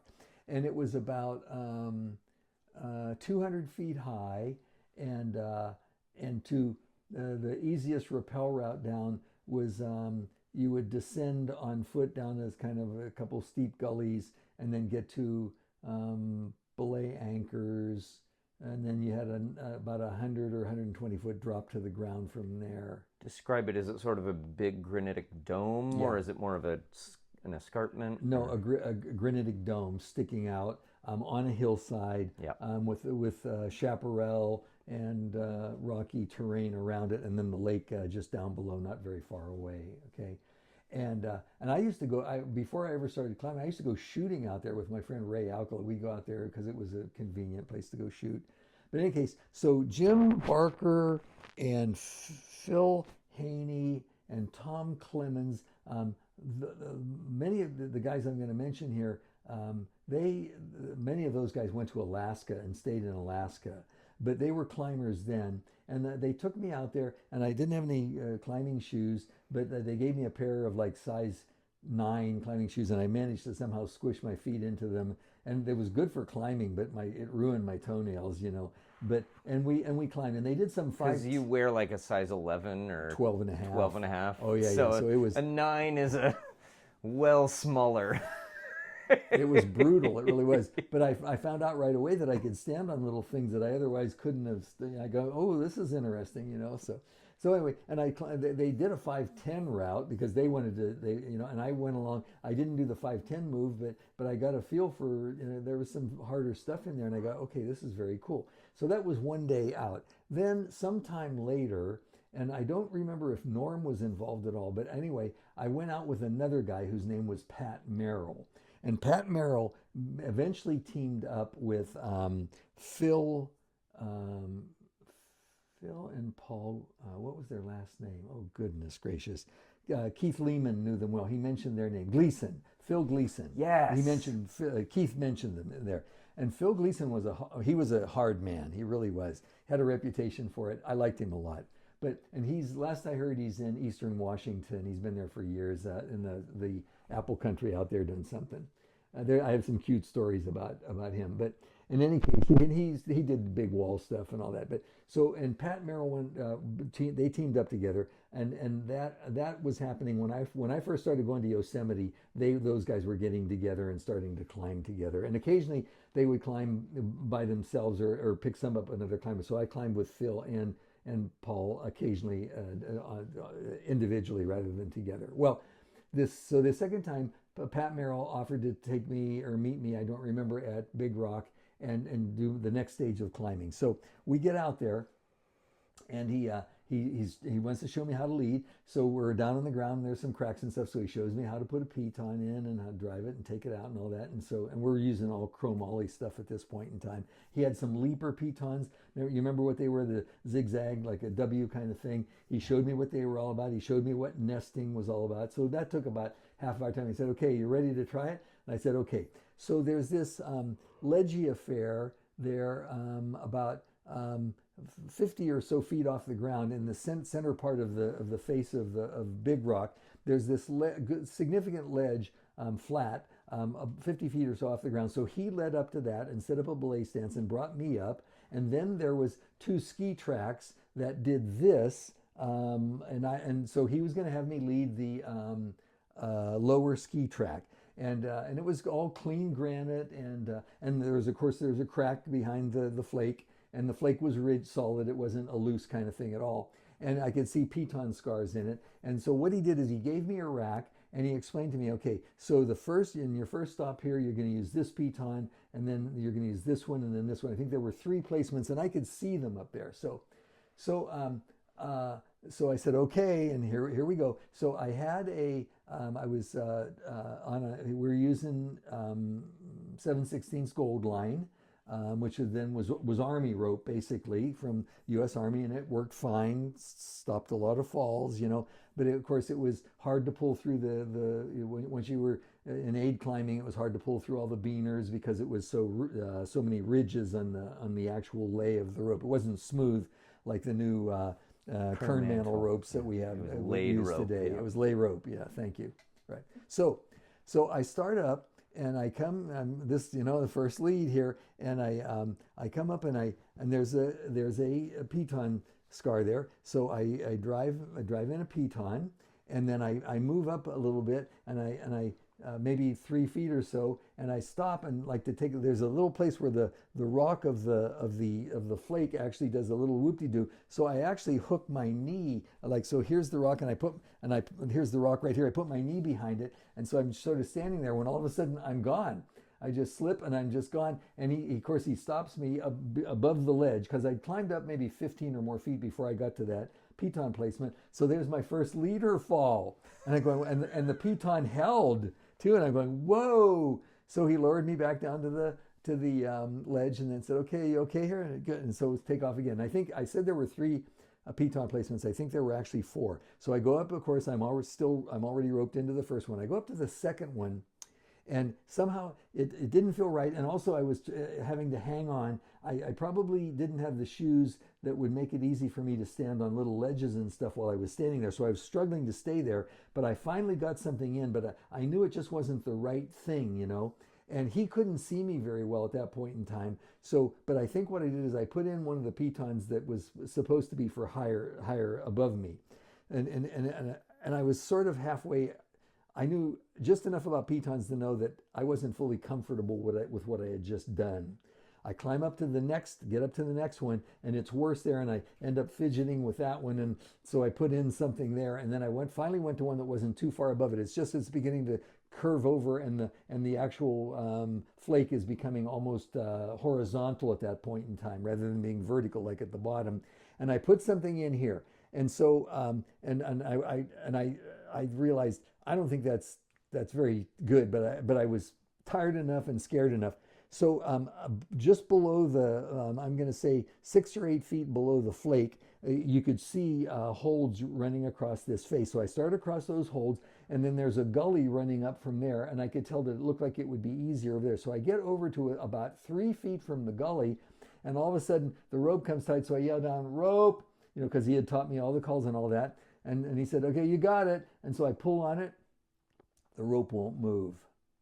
So he starts, eventually he says, "Okay, listen," he says, "I'm going to pull from this side, but you got to be ready in case the rope comes tight against you. You got to be ready." He said, "So you're ready?" I said, "Yeah." And so he yanks, nothing moves. And so I'm there. I'm on fairly decent holds where I am right now, but I realize, I see right away the pickle I'm in, because I can't go anywhere this way, and if I try to go back that way, I might fall, and if I do, I don't trust the piton that I put on over there. I think it was a leaper, with a nest of some sort, and I'm just going, but I was trailing a second rope because we had to rappel off this thing. So, and it was my own rope, and it was a 3/8 also gold line rope, and I had it for mountaineering stuff. I didn't own a full climbing rope, but I had this thing that I took along that's fine for rappelling, right? And so I said, "Pat," I said, "I'm kind of shaky up here," and I said, "It looks to me like, I told him the situation. I don't think that piton that I put in is very good, and here I'm afraid to kind of cross this again. I'm tired, and one thing or another." And he said, "Okay," so he says, the only other option you have, other than coming back, the only option you have is to untie from the lead rope and finish the route on this 3/8 rope, but it's not clipped through any of the protection. Right. It's just going straight down to him. So basically, I'd be free climbing this, And so I thought soloing it. So I'd be soloing it. Thank you. Until right. you get clear. Exactly. Unprotected. You're already free climbing. I'm already, yes. Thank you. You're absolutely right. I'm using the wrong old terminology, right? So I finally decided I'm gonna solo it.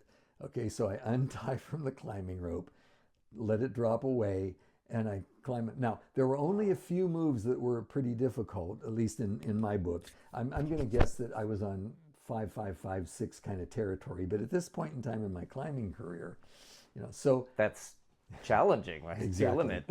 But I made it up, and there were anchors at the top. I sat down, and I knew how to belay, and he had taught me all that morning, and I brought him up on the rope, of course, which was fine for following. And he didn't say anything to me about the quality of the pitons, as I recall. But Pat Merrill was a very fine young man. He really was. He met a gal in Las Vegas. I went from Las Vegas to El Capitan to Yosemite Valley. How's that? The elder brain. So he met a gal there, and what was her name? Oh goodness, Jane. I don't remember her last name, Jane. And they fell in love. They lived together right there in camp. Last time I heard, they had 4 kids. They're living in Idaho on a farm somewhere. And of course now the kids are all grown, so.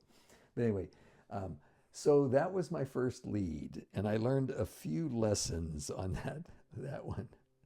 Yeah. But he was very calm about it, while it was happening, and afterwards he was just real calm, so. Did he follow you up, or did you just rappel?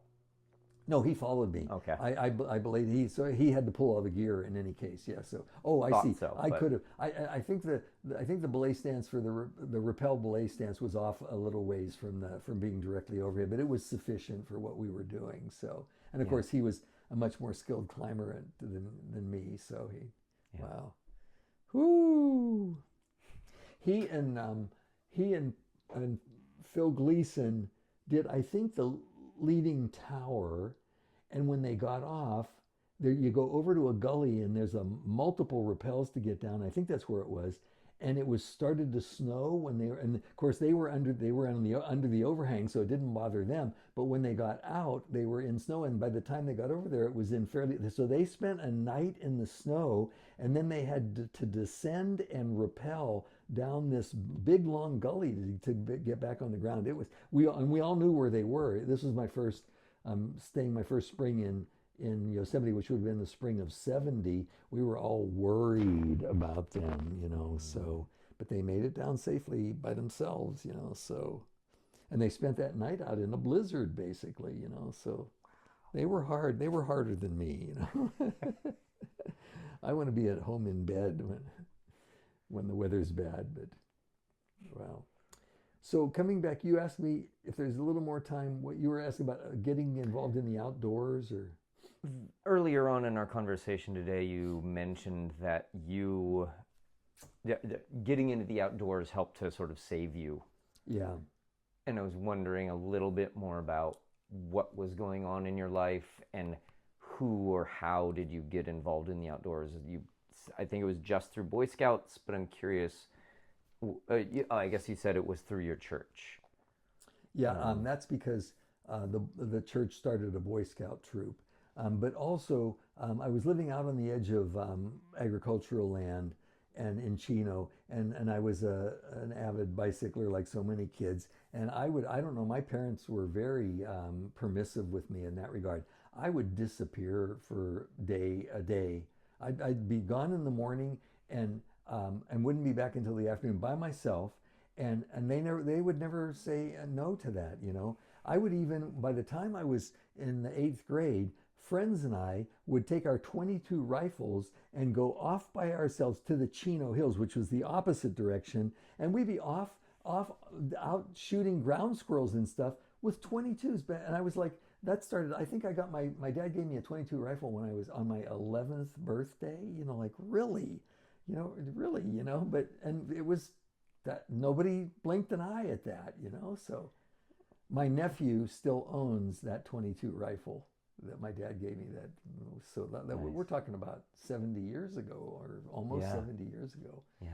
So, but yeah, the wilderness, the outdoors caught me, Tim, and it became a focus of my energy. And I think it saved me from going in other directions, because without that, I don't know where I would have been as a young person, Where would my energies have gone? What would I have gotten involved in, I became interested in folk music because of the Boy Scouts, and I started learning the guitar in the Boy Scouts, and that, all of that. Yeah. So I really don't know, but the main importance, though, was not so much, I wasn't thinking in terms of actual life direction, but it was just belonging and having father figures and clean and relationships with other young men. That was what was so well provided by the BSA. That really was, that it was it's a culture. Be a Boy Scout, the Boy Scouts of America is a culture. The reason, the first troop that I got into, which was the troop at my church, and I mentioned that none of the leaders had Boy Scout experience, the troop collapsed after 2 years. It just fell apart. And I realized later, when I got into a real Boy Scout troop where people knew what they were doing scouting wise, I went, oh, I get it. That they didn't know what to do with us kids, They didn't. Except for the scoutmaster, they were all ex-GIs from the Second World War, and so they had their attitudes were pretty sometimes harsh and stuff. The scoutmaster wasn't that way. He was younger than the rest of the guys, but so it wasn't as much fun as it should have been, and it wasn't as inspiring as it could have been. Whereas in the BSA, I was getting not only great examples from men and boys around me, but I was also getting great inspiration, you know. I remember a guy, Bill Spurgeon, he was a scout leader, and he was a speaker, a coveted speaker at many places, so I heard him speak a number of times. He had a terrible limp. There was some damage. It could have been a war wound, I don't know. I never found out what it was. But his speaking, and I remember being absolutely challenged and delighted by this man speaking. It was all serious Boy Scout stuff. You know, this is what kids, you know, this is when I was a bit older, you know, junior leadership positions and stuff. And I'd hear him speak, and I was in awe of the power of this man to move me and to teach me things I'd never heard before, you know. Yeah. He was awesome. He really was. I'll never forget that guy, you know. So, whereas many of my school teachers and stuff, I will forget. I have forgotten them. Right. You know, so yeah. But so basically, the Scouts got you connected with the outdoors, and was it basically just you took it and ran with it? Yeah. Like you found the right people. It wasn't just you solo. There was a whole cohort where you were like, let's go. Absolutely, yes. And most of the guys I started climbing with were Boy Scouts too. And I had known them in Boy Scouts, most of them, not all of them, but most of them. So yeah, it was there. It really was. And it was extremely powerful. And then as an adult, I got to work at 3 summers at a Boy Scout camp as an adult. And then I was the climbing director for 5 years. And that was real interesting and really neat. I had some real fun times with some of the staff guys, you know. I remember one time I was at Camp Cody, and the guys were acting kind of. I was with somebody. Were you with me that day when we went into Camp Cody? I don't think I was with you at Cody. I went with. I know I went with somebody. I've been there, but I don't think it was with you. Well, I went in there to meet the staff and see the wall and everything. And at a point in time, I said to one of the kids, these are junior leaders, and they're going to be the staff. And I said, wait. I said, you know what? We're not here to hassle you guys. We're here so that you can have fun with kids and do it safely. That's our only job, to be here. Because I sensed that he was somehow afraid of us, like we're gonna cancel you or something. We're not interested in hassling you. We're interested in making this work perfectly for you. It was, and then I could tell they got it. They began to talk differently at that point in time. They saw us as authority figures or something. I went, no, that's not what we're here for, you know. Yeah. And so and it was. I remember it's a pretty neat little wall they have there, as I recall. You know, well, I had some suggestions for them about a couple boats that would be very good to have, you know. And I don't think I ever went back to place them for them, but somebody, I think they said they had somebody that would do it. So, and there was another thing, some little thing like I think a better. I seem to recall there was the actual belay place where they taught belay. I said, I think there might be a better place. We looked it over, maybe 10 feet to the left. This might, you know, anyway, just little things like that, little stuff. So. Did you ever connect with the Sierra Club rock climbing section? No. Okay. Because I know they were really big in California climbing and lots of younger climbers. I wasn't sure if you had any connection to that, but you were basically all BSA. Yes, right. And just your friends and cohorts. Yeah, exactly. Yeah, and I knew of the Sierra Club, of course, and of the Seattle Mountaineers. You know, I read about them, and so I went to REI when the Seattle store was the only store. It was a magical place. It really was, because it was a big rambling kind of room, huge big room, and there were tents on the walls or the tents upside down on the ceiling, you know, and ropes everywhere. I mean, it was a mess, and but it felt really neat. You know, it was like a fantasy kind of place, you know. And I thought, I mean, these people around me are climbers. These are the real thing, you know. Yeah. Super. Yeah. Way fun. Bought my first Kern Mantle rope, probably 1971 at REI in Seattle at that time. Right? I think it cost like $25 or something. Yeah, carabiners were like $1.50 maybe back then, you know. So maybe less, maybe $1. I don't know. So, oh goodness.